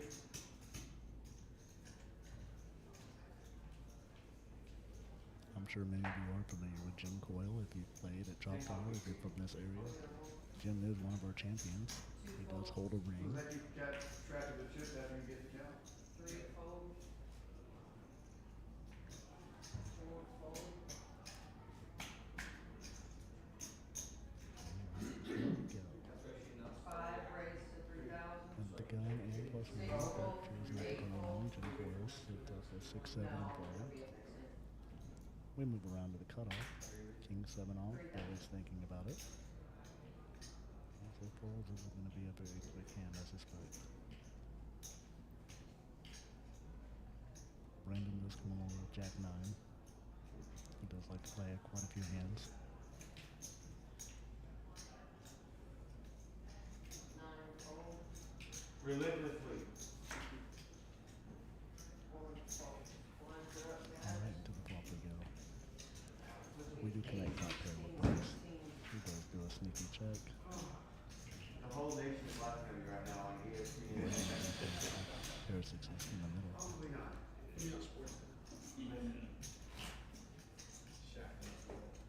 I don't even know if my card's registered.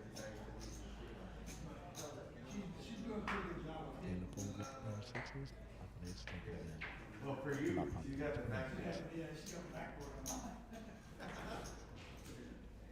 She was using that corner on that box. Paul? Yes. Can I get your cards in that box, please? Thank you. And just like that, we have Smokey back in the room. So you captured my last 10 minutes? All right, I am back. 13 viewers. You lost one. I think they are on the way for that autograph though, so I'm not gonna hold it against you. We have a seat open here. I expect us. I think they just broke a table when I was out there on the main floor, so should be getting some players in. And I better be quiet here. We've got pocket deuces, folds, openly folds pocket deuces. We got aces here in the cutoff. Expect a raise. We have seen Brandon play quite a few hands.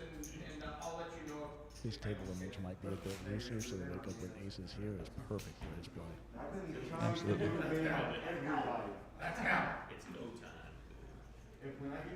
Standard, pretty much a 3x raise here. And nobody has much of anything, so gonna take the blinds down. The aces did not get tremendous value this hand, but he also did not have to risk his stack. Anytime you can pick up a pot, small or big, it adds to your stack. Gives you a better opportunity to take it further. Definitely not going to complain to put chips in your stack at any time. I prefer a call there with aces, at least one heads-up call. Anytime you have aces, it's a great opportunity to kind of isolate, extract value. I know you can get them cracked, but more than if you play them right, hopefully, you extract chips. But Mr. Coyle here, one of the new players. So I guess when I was out in the room, we did get some players. And Mr. Coyle here joined us. Anybody else new? We took in Gregory and we took in Mr. Coyle. All right. Brandon, another premium here. Just had aces. Looking down at ace, king, and the hijack now going to raise. Anytime you get two big hands in a row you can raise, it's really nice because people start to wonder, do you really have a hand? And sometimes they'll play back at you. They absolutely do. They question if you're picking off the blinds. Yeah, and Bryce here, the exact same hand, only suited ace, king of clubs. Gonna 3-bet. Wow, and Brandon just puts in 48,000. Really putting Bryce to a decision. I don't know if Bryce has 56,000, makes the call. We do have a showdown coming up. And unless something crazy happens here, we're expecting a chop. 2 hearts, actually giving Brandon the backdoor flush draw now, so. That is correct. Here we go. Oh, and then it's we're going to go to a chop. Yep. Chopping it up.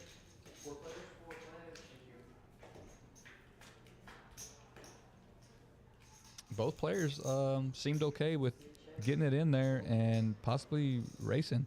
You do have to win some coin flips. You're calling with ace king. You're really hoping your opponent has like an ace queen or ace jack. If they flip over a pair, you know, it's just one of the situations where it's a flip, and you got to win a few flips, in my opinion, to get really deep in a tournament. You absolutely do. I think you need 3 or 4 flips just to even stand a chance. Nobody wants to play to min cash. Everybody wants to go to play to win.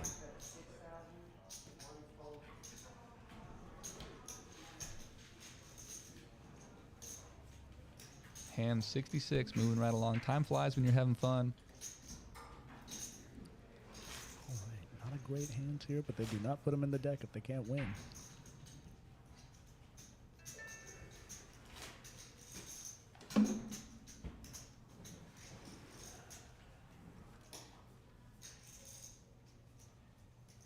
Jim sitting with ace jack on the button. Looks like he's going to raise. And not much to defend with from Steven or Jim, so Jim's going to pick up. We've got 2 Jims. Makes it a little confusing there. So dealer Jim's going to pick the blinds off, and always great. You always want to pick the blinds off with ace jack. If nobody plays back at you with ace jack, you're perfectly happy to go on about your way. Ace jack can sometimes be tough maneuvering after the flop. I know for my game, picking up the blinds is one of my favorite strategies. If I can get into a hand, pick up the blinds, and get out uncontested, I'll take that every day. Yeah, 3K in the pot right now, so you know, especially for someone like Steven down here, he's only got 10. He's got less than 10 blinds, 10 big blinds. It's usually a point in the tournament where you're waiting for a spot to get it in, and he gets it in right here. Yes, he does. Pretty light. Jack 3 has folded around to him, though, so you're really only putting it against the blinds, but unfortunately, it's surely one of these blinds yet. Jeremy's going to snap call him. And here we go. It is going to be a race. And obviously, Jeremy doesn't snap call a lot there. All ends with a7, but it's a short stack. He knows the game. He knows he's pushing it in with probably any 2 cards here, so we're going to race off and see who gets what.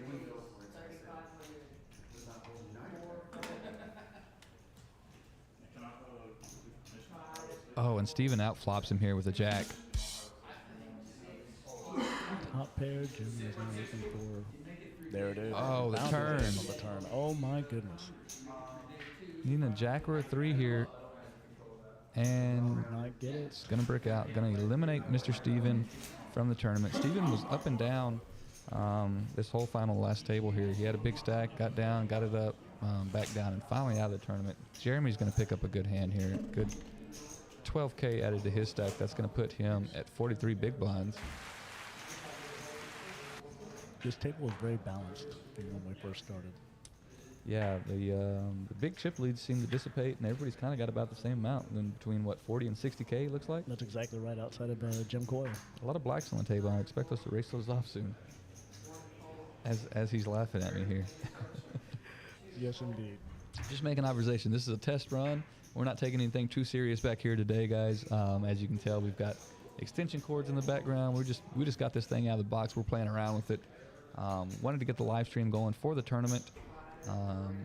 Let the players experience, let Poker House Dallas experience, and this is a tool that we definitely want to utilize. Players like it, and it's pretty cool. It's pretty fun, but we're going to perfect this. We will have it, and it looks like we got a new player here, Mr. Nups. DFW royalty. Yeah, so him and Jeremy, both players here. Jeremy looks up and laughs. Big Congress players. Used to frequent here often when we had the big Congress games going. Both really good players. I believe both players started with an elevated chip stack, so if you qualified for this before December 1st, a lot of people put in a lot of time, a lot of hours. If you did that, you did get a little bit of an advantage in this tournament, so some players got some elevated chip stacks, 20, 30, 40,000 as opposed to most people's 10,000. But they put in the time, they put in the effort, so they were rewarded for that. And, Nup sits down, I don't know what his chip stack is, but looks like he's possibly about where everybody else is at. Looks like he's probably got 40, 50,000. It does. He looks like he's right in that same range. He'll fit perfectly at this table. Nope. Oh, yeah. Down to 28 players, so 27 just changed on us there. So 13 more to go, and we'll be bagging chips. And there's the graphic now. It looks like we do not have nups yet included in this graphic. 816. Yeah, I think Katie was telling him to count it down, and he just turned back to Eric, and I believe gave Eric the chip count, so that we don't look silly back here with no chip count. That's okay. We don't mind being silly. As Smokey said, you can expect production value to completely improve as we go along. This is just a fun way to preview what's coming. Every time you see a stream, I expect it's going to be a little bit better with each new stream coming. Yeah, as you see it scrolling across the bottom of the screen, it is Poker House Live on Twitch. We were Poker House Dallas yesterday. We did change our handle. You see Poker House Live on the table there. It's Poker House Live on Twitch. So if you're following us on Facebook and wondering what happened, I need to be quiet here. Our new player immediately sits down with 2 red aces in the hijack. Gonna raise, and over to the small blind who's got King Jack, Billy, who's been super quiet at this table. Assuming he's gonna fold here. He's taking his time several. If I can switch it to whole Omaha and read 4 cards. I can switch it to What's he gonna do in here, Matt? Is he gonna put the call in? No, he's gonna get out of the way. I think he was trying to decide if he wanted to do something really courageous or just let it go. Yeah, and Brandon, one of the looser players at the table, not enough with Queen 4.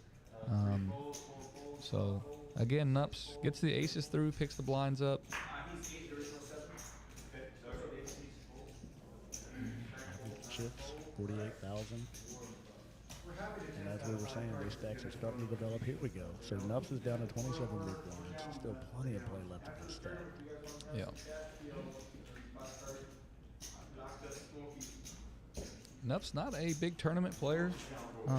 Mainly plays cash. Usually you can find Nups on the different 4-card, 5-card variants. All right, Bryce gonna look down at ace-10 under the gun here. He hasn't had a hand in a while, so I think he put some raising chips in here. I'm assuming to about 35, yep, 3,500. Not much else going on in this hand. Could possibly fold all the way around and get through, as you see Jeremy and Billy fold. Back over to Brandon, who folds. Big blind Gregory, the last one here to Finn, only has a king high. Gonna get out of the way, and Bryce happy to pick it up with ace-10, especially in early position. That's exactly right. There's a lot of strength that comes with that early position. Next blind is 1, 2, and 2. We're at 8, 16, and 16. I like the round numbers. Easier math in my head. I can tell you from a dealer perspective, we like it too.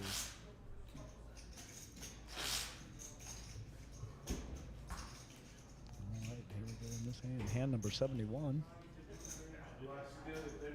Yeah, go ahead and put 1 of the cards. Yeah. Yep. And then his hand will be dead.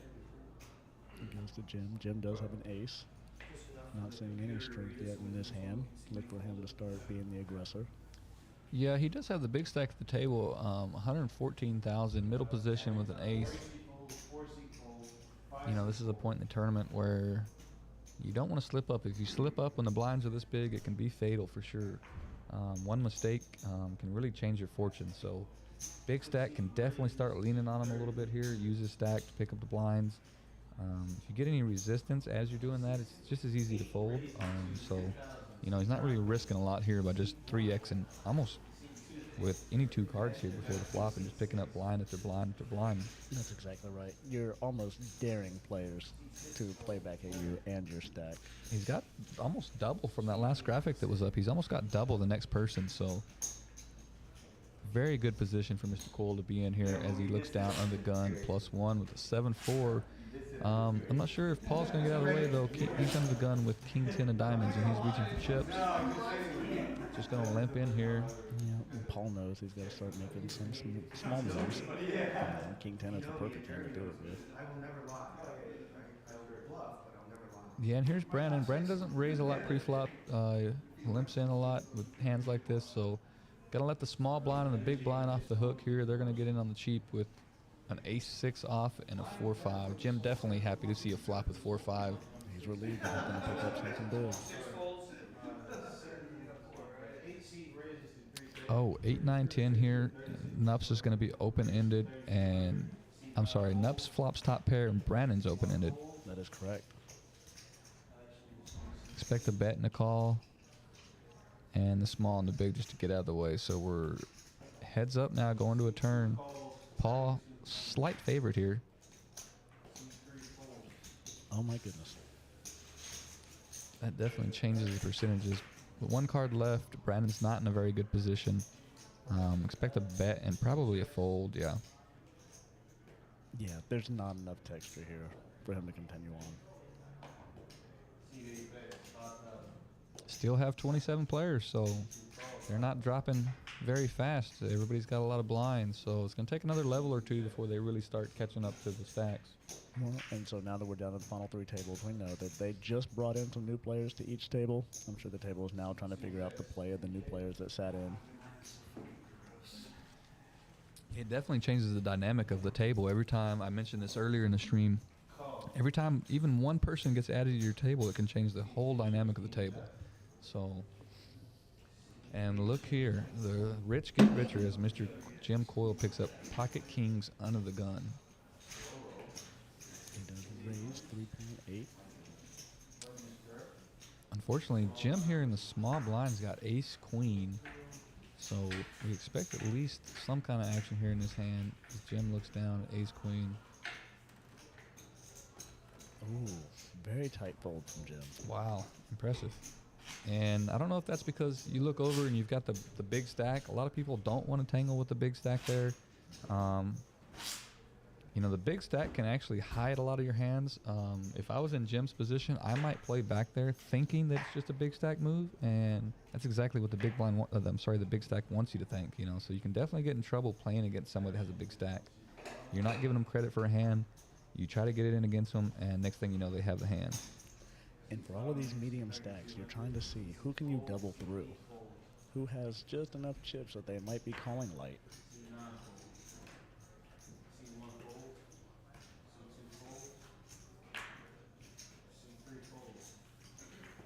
Fold down to the cutoff. I do like 6-4.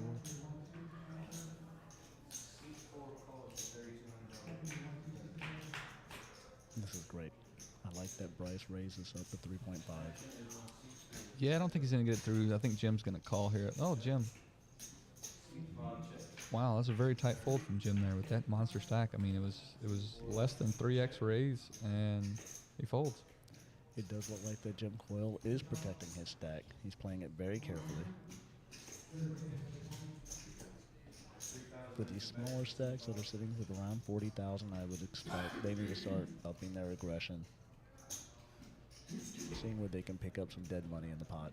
Yeah, our smallest stack at the table has almost 30 bigs, so that's why you're not seeing a lot of hands with a lot of action. There's really no need for anybody to get crazy. You don't really see a lot of all-ins until the blinds reach, you know, until you get 10 bigs and you're in trouble. Mr. Coyle. Yet again. Is he wearing a Poker House hoodie? And I was talking earlier about Jeremy getting lucky with that hoodie on. Does Jim have a Poker House hoodie on? Let's go back. I'm going to wait till the camera drifts that way. I'm teasing. I don't think he does, but he does not. I'm pretty sure he's got a t-shirt on underneath that sweater that is Poker House. All right. Well, something's bringing him all this good fortune. It can't be just the luck of the Irish. It's the wrong month. Fortunately for him, Jeremy with a king queen, king 3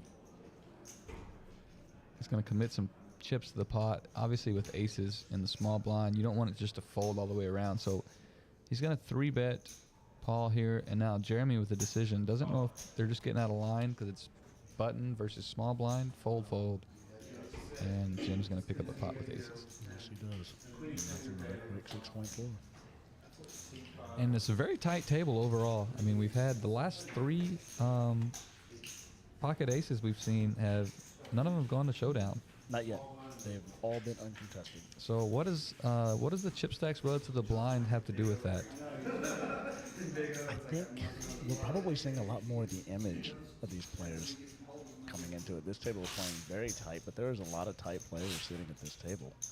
So we're very calculated. And all in one row, you have Jim, Nups, and Jim Coyle, all 3, side by side, all known to be very tight and very calculated. They pick their spots well. They make a lot of final tables. Absolutely. We have really good, and to your point, tight players, but really good players at this table. This is definitely not a table I would like to sit down on or be put into in this tournament because, for the most part, here I see a lot of sharks. I do too. There's a lot of strategic play. We got a new dealer here, Mr. Terrell. Yeah, Mr. Terrell rocking that. It's a good-looking beard right there. Look at that thing. I'm envious. Yeah, I thought my beard was good, but I'm gonna give him kudos. That's great. Yeah, he definitely gets the best beard award. And looks like a little slip up there.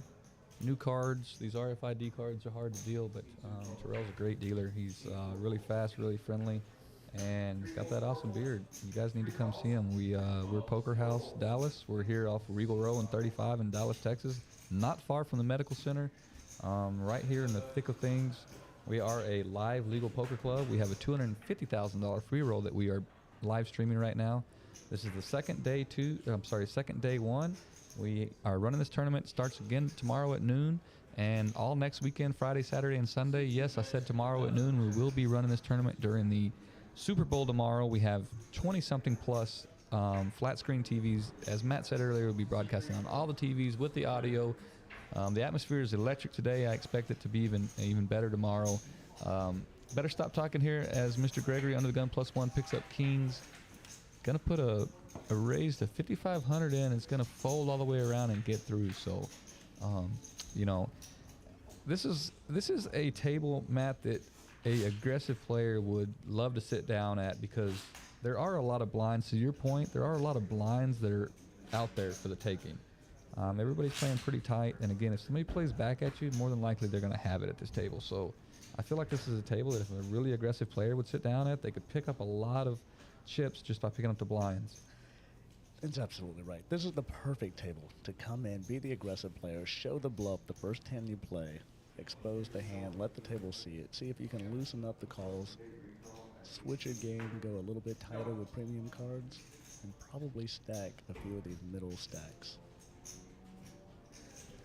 We got Brandon Walker with King 10 again. Not much going on in this hand. It's gonna fold now. It looks like it might get a walk here. I don't expect Billy to do much. He hadn't played many hands. Yeah, No, not at all. one of the first walks we've seen. And sigh of relief from the big blind. Definitely just, if you could get a walk every big blind, you'd be in good shape. Good shape, but what fun would that be? Well, I would take it. Mr. Coyle, 129,000, 80 big blinds. I think what was our big stack yesterday, Matt? Was it 340? Was that right? The biggest stack that bagged, I believe that is 341. 341. I believe he was on the live stream table we were broadcasting yesterday. He had a monster stack. He was a great player. He's going to be tough to deal with on day two. Yeah, that's absolutely right. You want to collect as many chips as you can going into this. You want to make sure that you are one of the premium big stacks going into day two. Yeah, and Bryce got up from the table there. Anytime you get up from the table in tournament, your hand's auto-mucked there. So you saw Eric come over and muck his hand with the dealer. Folds around here to the hijack, 8-9 of hearts, and Mr. Cole has a big enough stack. I imagine him to lean on it here a little bit again. We can tell it's not going to get through uncontested as Jeremy has 2 black 9s in the cutoff. We absolutely are going to see a board on this one. Oh, Jeremy decides to 3-bet to 10K, so kind of the exact scenario we just talked about. Jim leaning on his big stack, and anytime a player plays back at you, you can just fold there, get out of the way. He was beat. Jeremy did have 2 9s, so Jim smartly folds, and we're off to the next hand.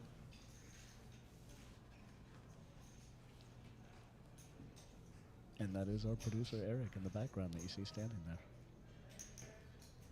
Yeah, he's I'll talk about him a little bit. He's all the way down from Minnesota. I've mentioned that several times. He's doing a great job. He's really getting the cameras, the audio, everything figured out for us.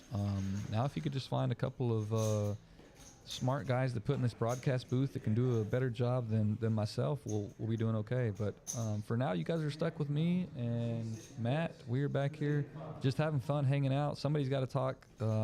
Hopefully we're doing a decent job for you guys. As we look down at Jeremy, who's laughing, having a good time, is going to raise it out of the hijack with King Queen offsuit here. It's folded around, so pretty standard tournament play.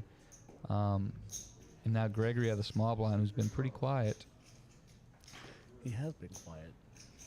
And I would look for this King Jack to be a lot stronger with his table image than his hand. Decides to just call here and see a flop.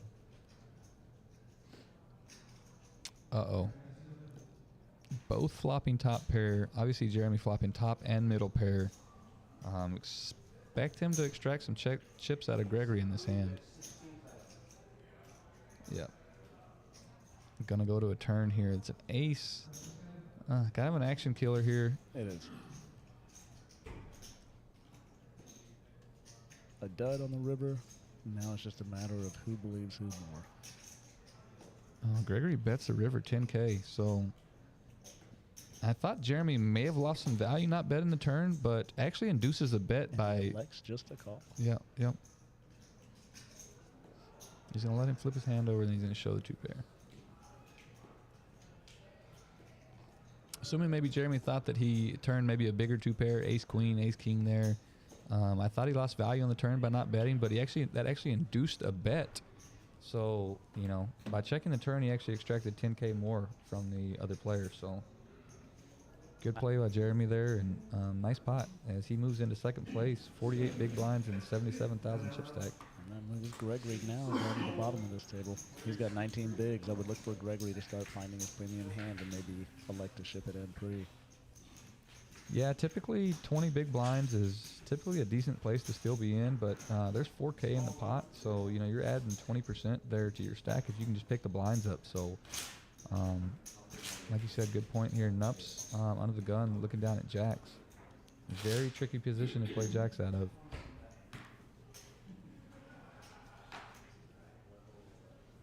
You're absolutely correct. Anytime you have a hand like tens or jacks and you got to be under the gun and lead out the action, it's a very scary spot to be in. And it's going to get through here.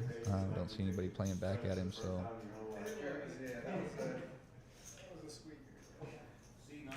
Oh, well. I've been wrong before. I'm wrong again this time. Jim's going to put the call in. Oh, no. Oh, the case jack on the flop.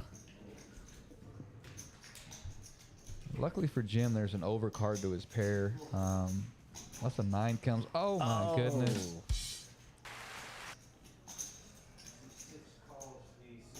Not good news for Jim here as he turns two pair. Smokey, how does Jim get out of this hand? Well, the board's pretty wet. Straight got there, and Paul may let him off the hook as he just goes all... No, he only bet 3,000. I thought he went all in. He's never folding for just a 3K bet here. He's definitely not, and I think Nups is doing everything he can to induce a raise. Yeah, and Jim's drawn dead. He absolutely is. And I can't see the chips here. Oh, he raised. Nups succeeded in getting what he was shooting for. Yeah, and now Nups is second-guessing himself a little bit here because the straight card did make it there. So, you know, a 10 queen would have been open-ended. Yeah, so he's going to make the call, and then he's really probably hoping that Jim doesn't just shove the river. Oh, this even is worse. a very scary card, I think, for both players. Yeah, I expect a check here, and unfortunately for Paul, probably not going to get full value. And again, I'm wrong again. Jim's going to go for the... He does. He continues that line of strength. He has no reason to believe his two pair here is not good. I think he's representing the straight now with that queen. Yeah, I don't think he bet enough, though, to get Paul to fold. I think 11,000, there's 40,000 in the pot. I think Nups is going to call here. You are correct. Jim knows better than that call. Yeah. Yeah, you know when you get called in on that hand, your two pairs never good. No. And as you can see, we've dropped a couple of players. We're down to 24. 24 players left for today. Remember, we're shooting for that magic number of 14. We're 10 players away. Yeah. Luckily for Jim in that last hand that the board did end up so wet because he could have very easily been knocked out of the tournament right there. Yeah, he could have. It saved him.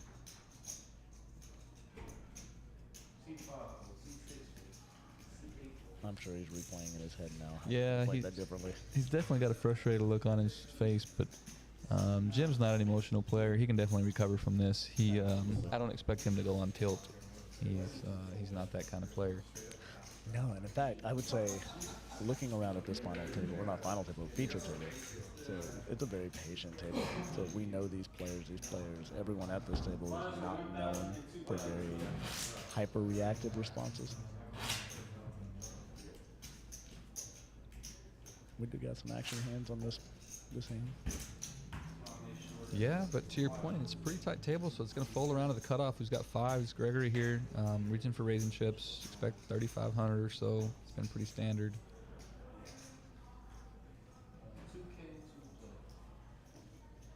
4,100. So that may be, he went a little above what everybody else has been doing. I don't know that you're trying to protect your 5s there, really trying to get everybody to fold, but didn't work. Bryce on the button with Ace Jack. And Jim, Queen 10, and Nups, Paul there get out. They both get out of the way. So we got a classic coin flip here. Yes, we do. Heads up to a flop. Oh, this is a great flop for pocket 5s.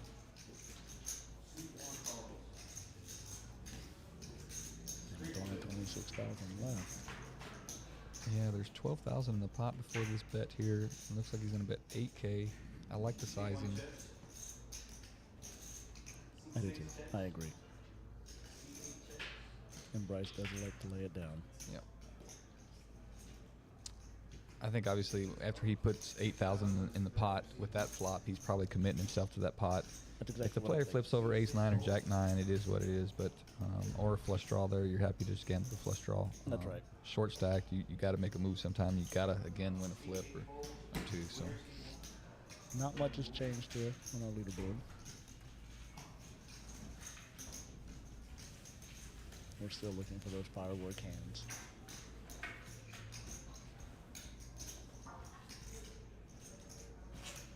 Jeremy now under the gun, 77,000 chips, ton of chips. Blinds are 8, 16, and 16. Just a 10-3 off. Billy, ace deuce. Make a liar out of me, Billy, and play the ace deuce. Because I know he's not calling with ace deuce here. He's going to put him there. He's going to put his sunglasses back on. And he's going to fold. There he goes. He's going to fold. Yeah. And Brandon again limping in with these just kind of mediocre hands. That's right. These Broadway hands. Really tough to play though when you just limp in. It is. You don't know where you're standing in the hand. You're letting the big blind in. You're letting the small blind in on the cheap. Yeah. You're very easily dominated. Yeah, and in this hand, the big blind and small blind actually have hands here. Paul has a king, queen in the small blind. Just going to call. And then Jim, ace, jack, the best hand. Is he going to reach for raising chips? Does.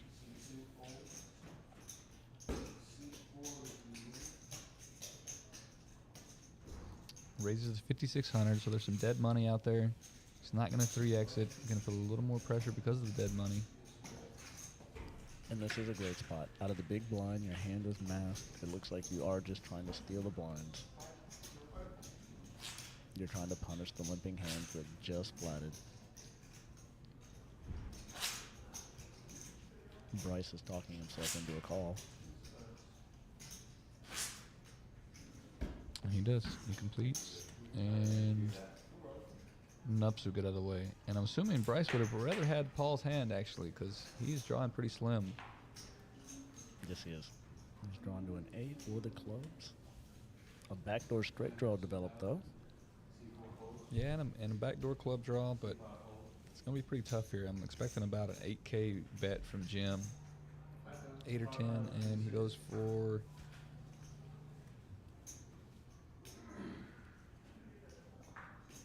$7.4, 7,400. Ooh, that's a call me bet.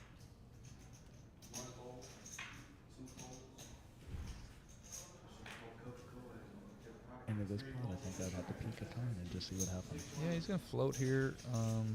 You know, he knows Jim's going to c-bet with anything. Doesn't matter what the flop comes. Jim's going to put in a bet. He raised pre-flop, so he's going to float here, see what happens. And it's exactly the card he was probably looking for, honestly. I mean, now you can let Jim bet, and he's probably going to go for a raise here. I mean, if you float the flop and then you turn the nut flush draw, I personally just go for a raise here and see what happens. You know, I would take it even one step further beyond just the raise. I would be the aggressive player at this table, and I think I would just choose this as my spot.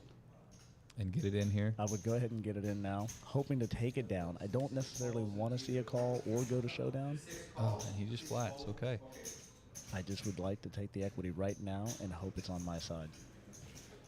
Yeah, now, yeah, now you're going to check. Now the only way to win the hand, and Bryce probably knows it, is to bet here. He may be hoping that Jim was bluffing with like a king queen or king jack the whole time, but he knows what he's doing. He's reaching for chips. He bet 16,000. I don't see how Jim can call. I think that check put him in a dangerous spot. Sizing was a little light though. There was 50K in the pot, and he only bet 16. I mean, I guess that's 40%. I don't know if Jim's going to go for a hero call here or not. You're getting check called the whole time, so somebody could obviously be trapping. So great play by Bryce here, really. If Jim does find a call, it would be amazing, but really tough spot for Jim to be in here. Yeah, I mean, Jim is calling 4-1 just with the bluff catcher. And it doesn't matter to me who wins, the computer already knows all that. He cannot make sense of his mind. No, and he could be saving face, you know. It's like yesterday, it already was programmed who's going to win. We know that he wins pre-flop. He doesn't know the range. If Jim had a pair, I feel like we would have seen a little bit more of an aggressive action on the turn. Right. Yeah, and Bryce, sigh of relief there. Definitely glad Jim folded. Jim took a little bit to fold there, and you know Bryce's heart had to start racing. You're bluffing, and really had a majority of his stack into that pot. So if he would have got called and lost, you know, it would have been crushing for him. It would have. And I can tell you, I've seen Jim make exactly those type of calls with ace high. Yeah, he can read the table really good. Great player, really good tournament player. Not taking away from his cash, but I know they usually run pretty deep in tournaments, don't they? Yes, they do. Yeah, they are a dynamic duo. It's a power couple like none other. Jim and Dory Coyle, both of them are champions in the circuit. Not a whole lot going on in this hand. We've got a couple ace highs, and Jim in the small blind with the king jack of hearts. There's the cameras on Gregory there. Now Bryce and Jim. Jim ace 4 in the cutoff. When it folds around, I prefer to raise there with any ace, but especially at this point in the tournament where you can pick some blinds up. And now Jim's going to raise into the big blind. No, he just flats. I was trying to Tony Romo of the world, you know. I was thinking I knew it was coming, but I expected him to put some pressure on the big blind after it folded around, but goes for the flat here. Flops open-ended. Well, just like our production value, your predictions will also improve with each string. Still has the best of it with open-ended and just a king high. Goes check here, and unfortunately, Jeremy's gonna hit a 6 and take down 5K. Easy hand. Check your way to the win. And those are the kind of hands that both players, you know, look back at and say, man, I wish I would have bet the flop. I could have just won an easy 5K, but that's right, lost value. A lot easier for us to see it back here than at the take table. a drop. Yeah, Jim's below, I think the last hand got him below 100K, so he's now at 61 big blind. So it took a little hit in his stack there over the last couple of hands, but still plenty of chips and still a great player, so still expect him to do big things in this tournament. Uh-oh. Hopefully our camera didn't freeze right there. It looked like we were froze up for just a second, so we may be stuck on this screen for a few minutes until it switches. All right. Well, it sounds like we're going to add to the excitement. So we are all going to wonder what is happening together. We are flying this plane blind at the moment. We do see our hands coming up. We don't get to see the board the way we have been. Brandon wakes up with 6-7 suited under the gun. Fortunately, I caught it quick. Last time I was sitting back here talking to everybody, and it was about 30 minutes before I noticed it, so they had to watch the same players for at least 40 minutes, because, again, I fixed the problem, and it doesn't fix until 10 minutes because we are on a 10-minute delay. Hijack in this hand, going to raise ace 4 of hearts, Mr. Jim, and it's going to pick the pot up. Billy, he's in the 1 seat again. He's going to fold. Easy hand and we move on. We do have 2 very animated players to keep our attention.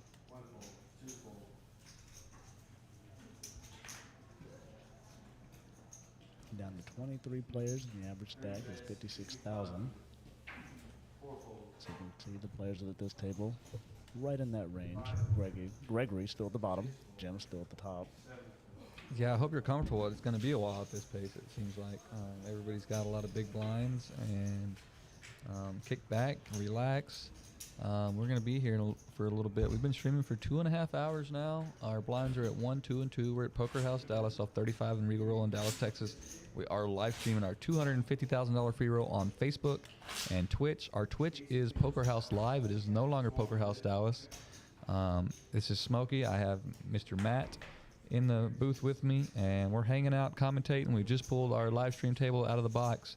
So expect a few problems here over the next couple days, but this is why we are live streaming. We want to perfect this, and we will have a perfect stream for you guys over the next couple of weeks. It will be a stream that you will want to watch on the daily. I don't know how many times we'll run it, probably 3 or 4 times a week, but we're going to stream all kinds of games from 1-2 games to big PLO games to 10-25 no limit, and of course our tournament, final table, feature tables, things like that. So hopefully get some vloggers in here soon. I know we've got a lot of people wanting to do meetup games and stuff, but really want to have a perfect product for those guys so we can put it out.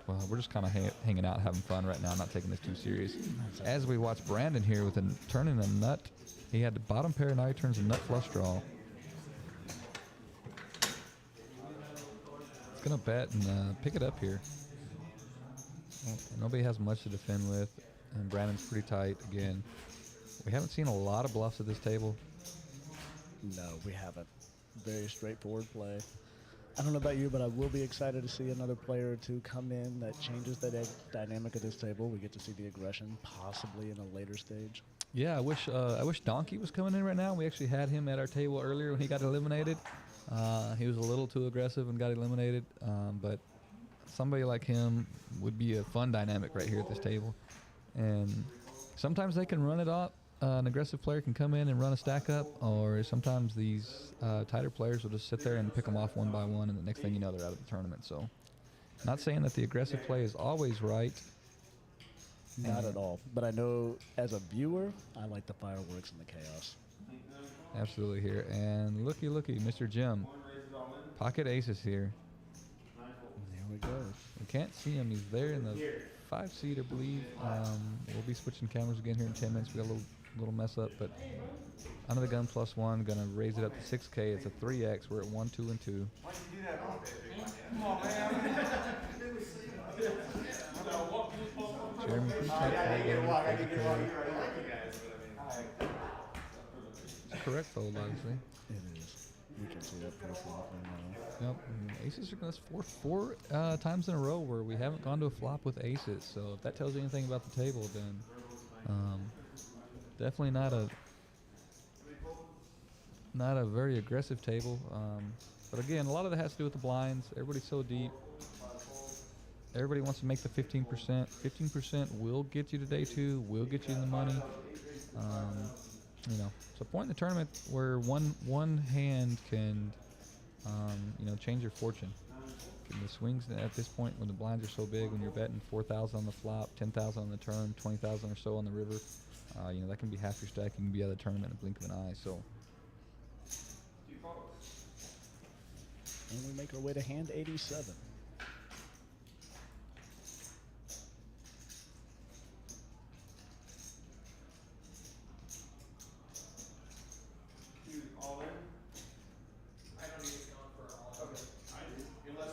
Jim's going to put a raise here with pocket 4s, under the gun +2. Brandon here on the button with King 9 of clubs. Gets out of the way. Looks like everybody's in the other way. Brandon and the 2 seat, Gregory, are getting a lot of TV time here since we're stuck on them. The 2 most animated faces at the table. This is the perfect place to freeze. Yep. So we've got some ghosts going on our screens there. You can see Jeremy's hat in the background. Again, we were froze frame, and these are the kinks we're talking about working out. I'd like to think that our way to support the DFW community, if you can see, we do have our ghost.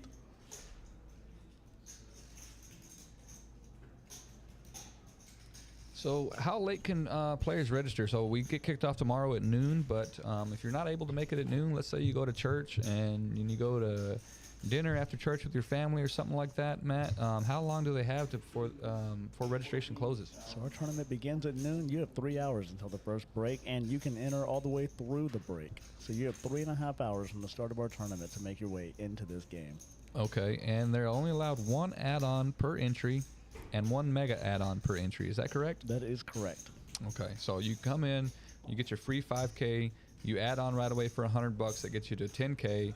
You got to play to the break. At the break for 150, you get 15K. So essentially, you're buying 25K throughout the first 3 hours. Is that correct? That's correct.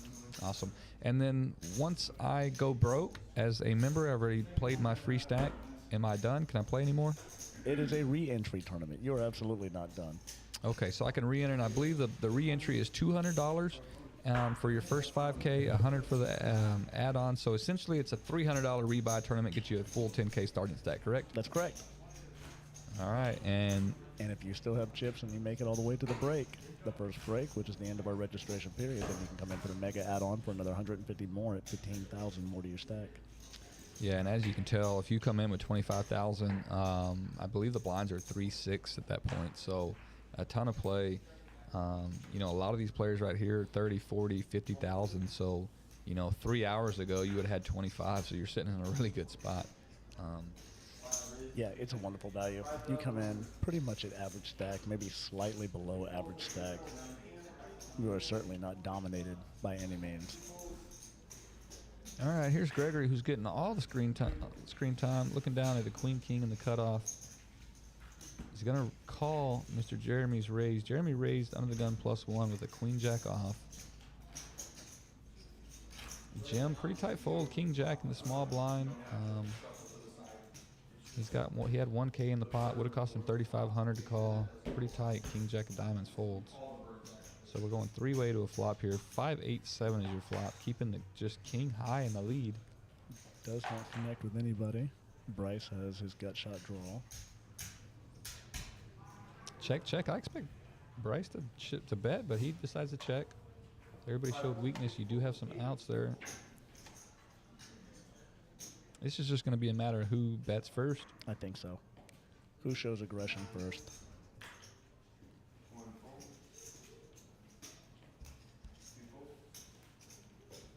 I do think as we advance in this tournament, we get to day 2 and or day 3, we'll see a lot more in 3 and 4 bet challenges to these raises. Right.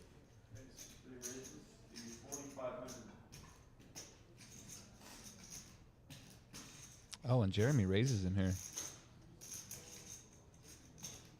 Raises at 20,000. Wow, impressive. It is. He sniffed that out.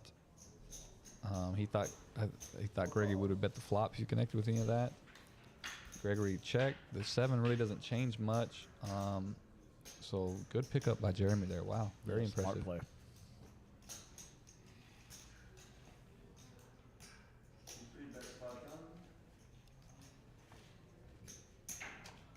Not much has changed. Our leaderboard is still the same for this table.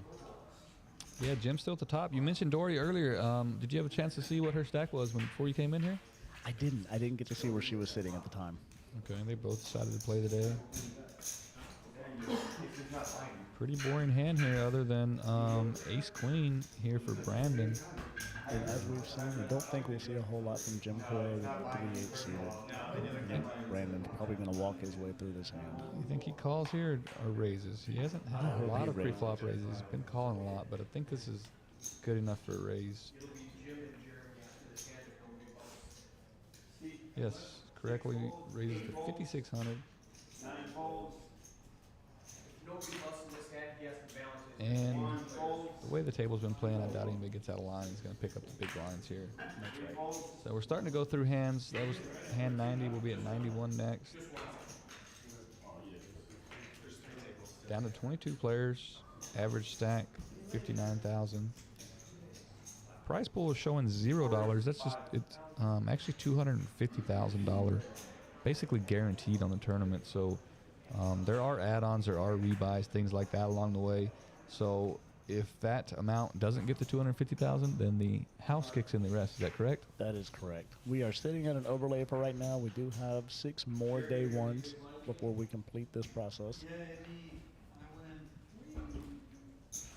So a lot of value, big overlay right now, obviously.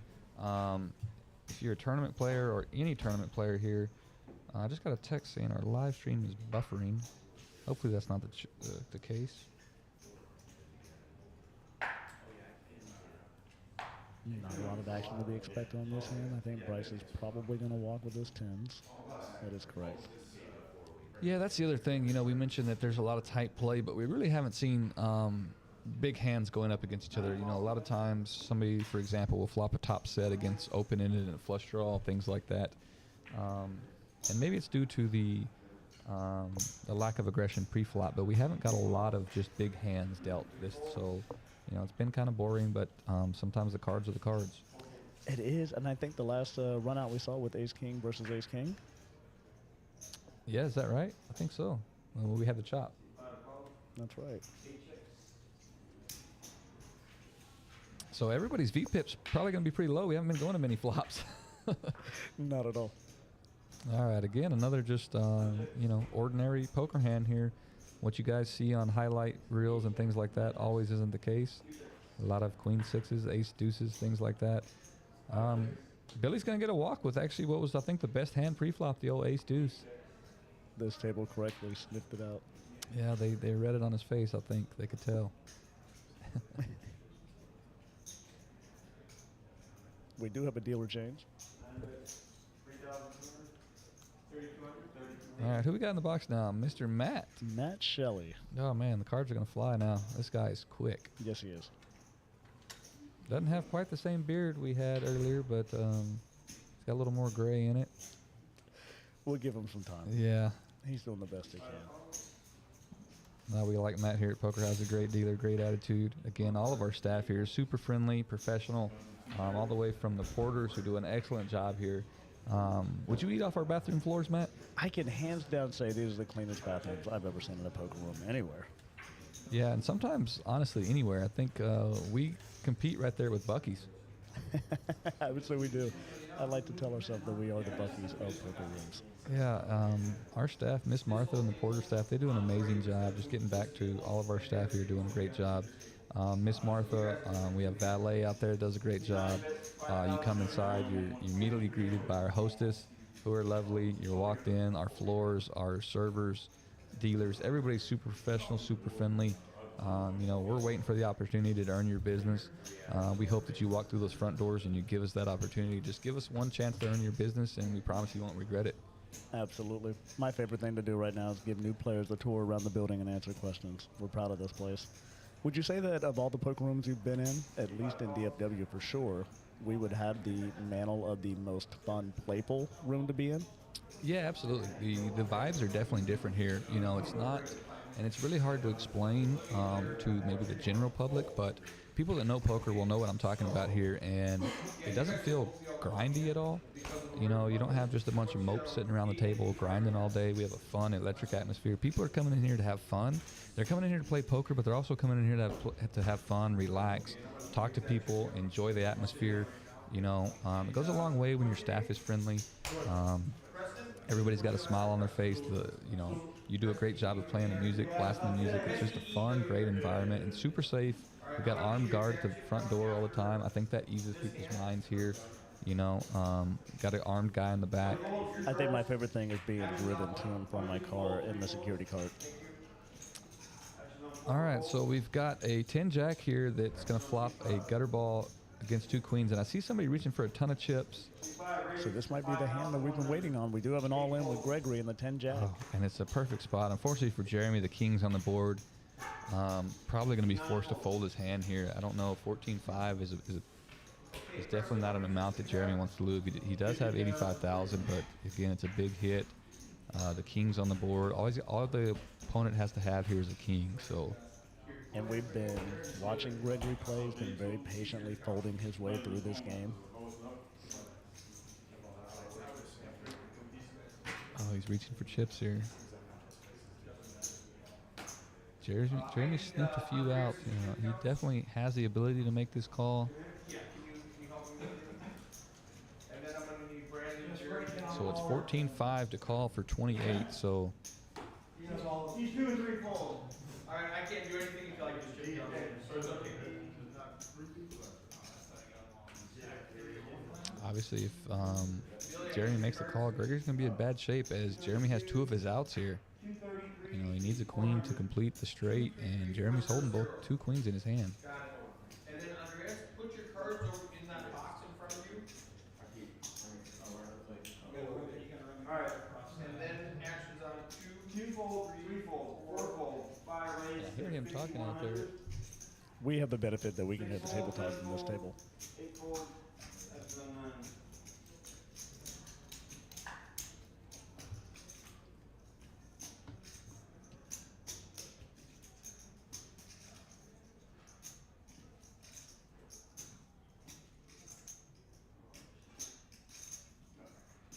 Fold, 1 fold. All right. We are down to 20 players. We're 2 players away from 2 tables. If you've noticed, this room does look a little bit different. You did not get a view of the entire poker room, so we have multiple side rooms here. We have one room that has 6 tables in it and another that has 2 right now. Our live stream and a secondary table. We play a lot of our high-stake games in this room that they're in right now with the live stream table. See that smoke on the genius? 3 fold. Yeah, and Miss Govert is over there right now railing for Jeremy. She's rocking the Poker House swag as well. You see her at the other table. She's definitely railing her man here. And Jeremy's going to put in a raise with King Queen under the gun +1 and get it through. We're on to the next hand. It should be 96 here in the live stream. 20 players remaining. Average stack at 65,000 now. We are 2 minutes away from the next break.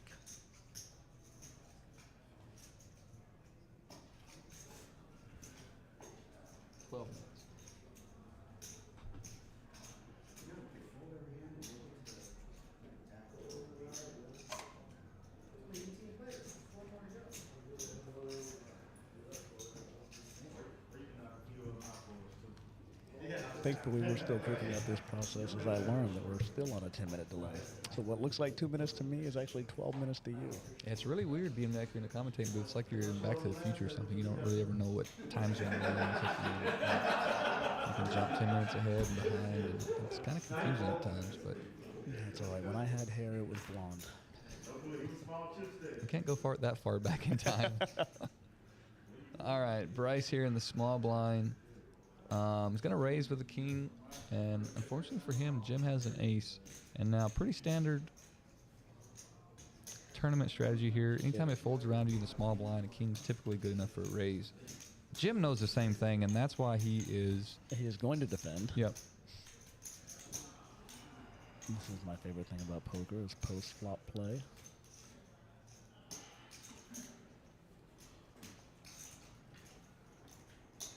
And Bryce feels compelled to make a C-bet here. He did raise pre-flop. Unfortunately for Jim, he didn't connect here.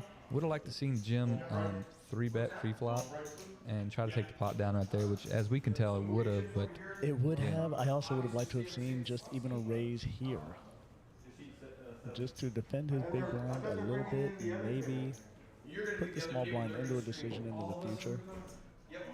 This whole table's gonna be yeah, and to your point there, what Matt means is if you allow him to lean on you, he's going to keep leaning on you.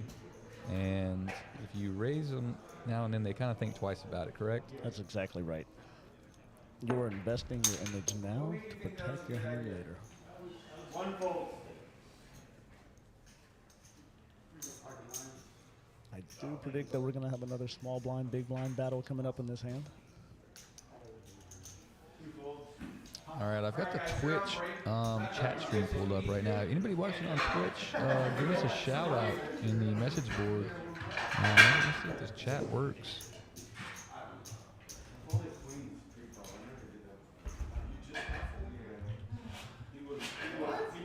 All right, our small blind to Jim, he did elect to raise to 5,000. We have Nups sitting next to him. You do see the name Paul Kendry, knowing here is Nups. He lays it down. I think that might have been a case of Jim's image coming to his aid right there.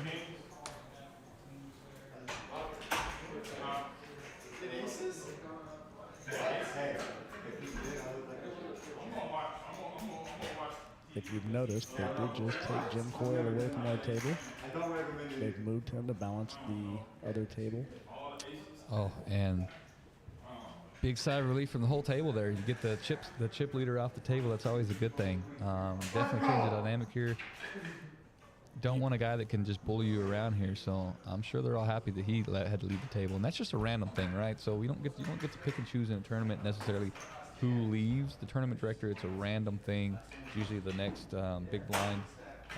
So there is a process in that, and unfortunately for Jim, maybe I say unfortunately, maybe fortunately, depends on how his luck goes on the other table. I know for me, sometimes when I'm playing in a tournament, Matt, I'll be playing at a table, and I get to know the table, and then when you have to bounce around a lot, it's really distractive. It's really hard to get a feel for the table, especially when you get moved over and over and over again. So I agree. As well as if you are a patient player and that is your image, I also think it hurts you when you're moved around. Yeah, you spent the day building that image, and you get moved to a table they don't know you from Adam, and we've got some action in this hand here. We do. Billy did connect. He has his heart flush. Oh yeah, Gregory turning top pair here. Not much going on for Jeremy or Paul at this point in the hand, but Billy's gonna bet, and Gregory unfortunately turning middle pair. I think it checked around on the flop, so he could call here and wisely folds. Good fold there.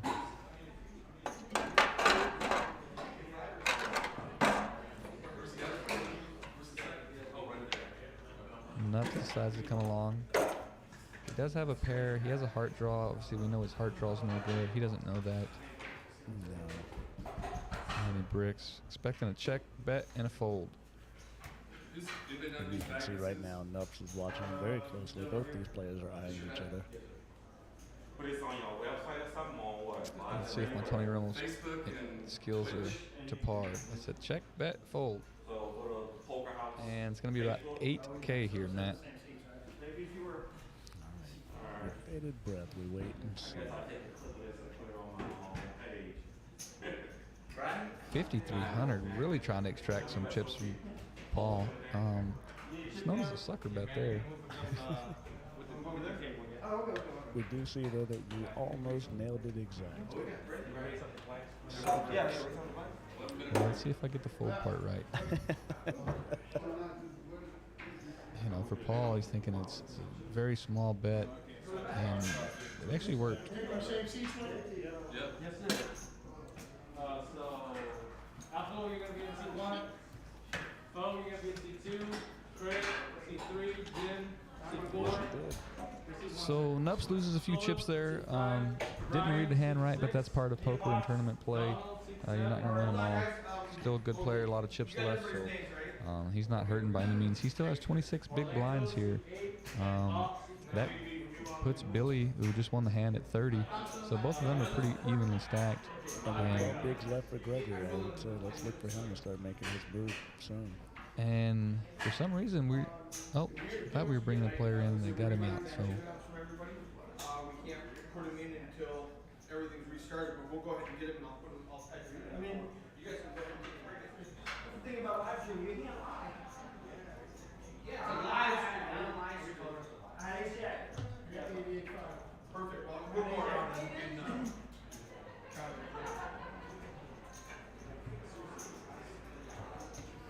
all right, about 10 minutes away here from the break. Players will get to go on break here in about 10 minutes. So we'll go on break. We will play a little commercial for you guys, and we'll be right back live streaming as soon as the break's over. We're down to 18 players, so really only have to lose about 4 more, and we'll be done for the day. Starting to drop a little faster here as the blinds continue to increase, but Mr. Gregory here, 12 big blinds. He might be in desperation mode pretty soon, looking for a hand to get it in with. All right, and when we come back, we will have a brand new table with all new players sitting at it. So we're going to get some more excitement. We get to learn these new players together. Thank you for joining us. All right, we just moved Mr. Coyle, but now we're introduced to a new player here. I can't recognize him now. He has his hat low and his mask on. Let's see if we... Yeah, we'll probably take just a second here to verify, get his chips out of the rack, verify the count.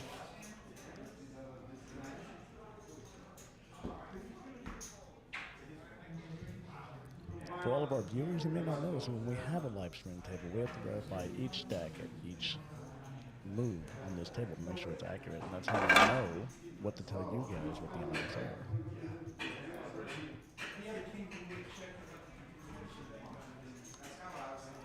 All right, as we travel through this hand, we see nuts with king, queen off. So he is going to put out a raise. It's going to fold around. We might get a look up from Billy with the king 10 suited in the small blind. Both of these stacks are about even right now.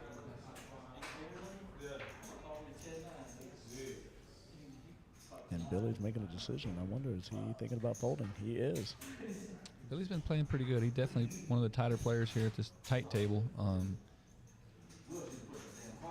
And Brandon obviously going to fold the 10-5 here. I'm just going to pick the chips up.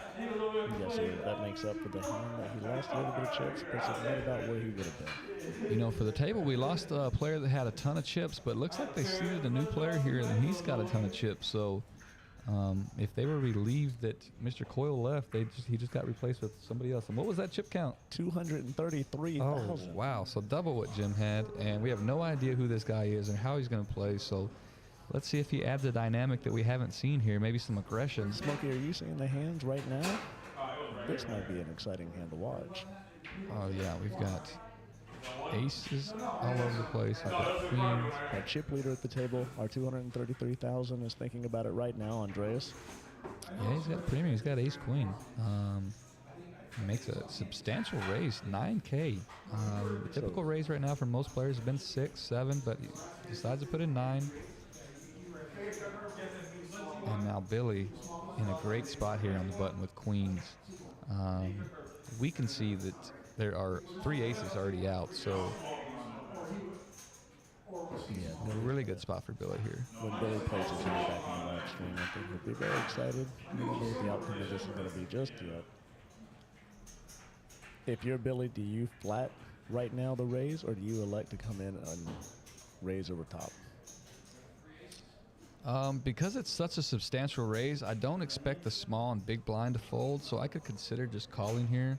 Of course, with queens, then you're stuck if an ace or a king comes, you know, then what do you do? And he folded.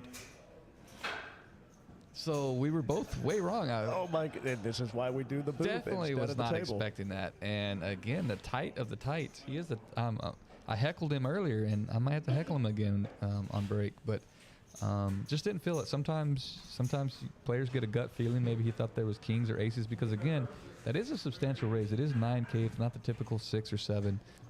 You know, he thought he sniffed something out. Unfortunately, he doesn't know, but he was wrong in this situation. Do you think the stack that Andreas came in with the 233,000 played into his decision? Yeah, absolutely. I mean, if it was against a short stack or something like that, he may just even rip it in. But, you know, anytime you're getting in the hand with Andreas, your tournament life is at risk. So we're so close to the money. We're only, 4 people away? I believe you're right. So, you know, a lot of players could almost just fold to the money here. So I don't know if that went into it for Billy, but he felt something. He didn't feel it. You know, he lives to see another day. Doesn't mean he couldn't have lost the hand. That is true. It could not have gone the way that we think it would have. For sure, but he'll definitely be kicking himself after watching that hand. That would have been an opportunity for him to possibly double up there. We'll see what happens here. I think we're visually seeing Brandon talk himself out of this hand. Yeah, and it's kind of in the same spot. Everybody's going to be in the same spot at this table against him and just where we're at in the tournament. Now, with 20,000 left, Gregory really is probably trying to consider, but with no other equity in the hand, do you really want to take a race against the chip leader? No, ace-10. Now, if he would have had the ace-queen, he may have ripped it in, but ace-10, just not good enough here. The chip leader's going to pick up another 14K pot, add those chip lead. It's an easy game.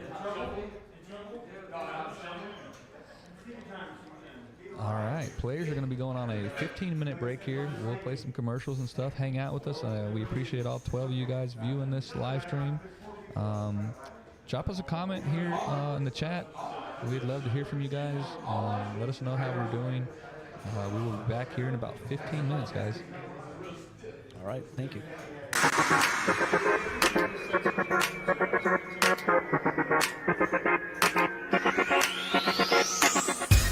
First thing you notice is the atmosphere, the quality of the tables and the chairs. As I came through, they said, oh, we got to give you a tour of the place. You know, they showed me around. Whenever you have several details like that, it starts to add up and just creates a better experience. This place is absolutely gorgeous. I think they did wonderful with the design and everything. It's just very comfortable. As a server, I'm gonna handle all of your needs, food, snacks, coffee. If you bring your own alcohol, we will be here to serve you guys. It's brand new, as you can see, and I like chargers on the table. That's new for me. Come play. It's gonna be a great time. The building is absolutely gorgeous. It just has a great open area, for people to just hang out, have a good time. The management is focused on just creating a positive experience for everyone. We're going to have an armed guard at the front, making sure no one brings any weapons in, make it safe for everybody inside. Their promotions are really starting to bring people in, and as it grows, it's definitely going to compete with the other rooms in the area and probably overtake them. We have some of the best tournaments going on, some of the best cash games as well.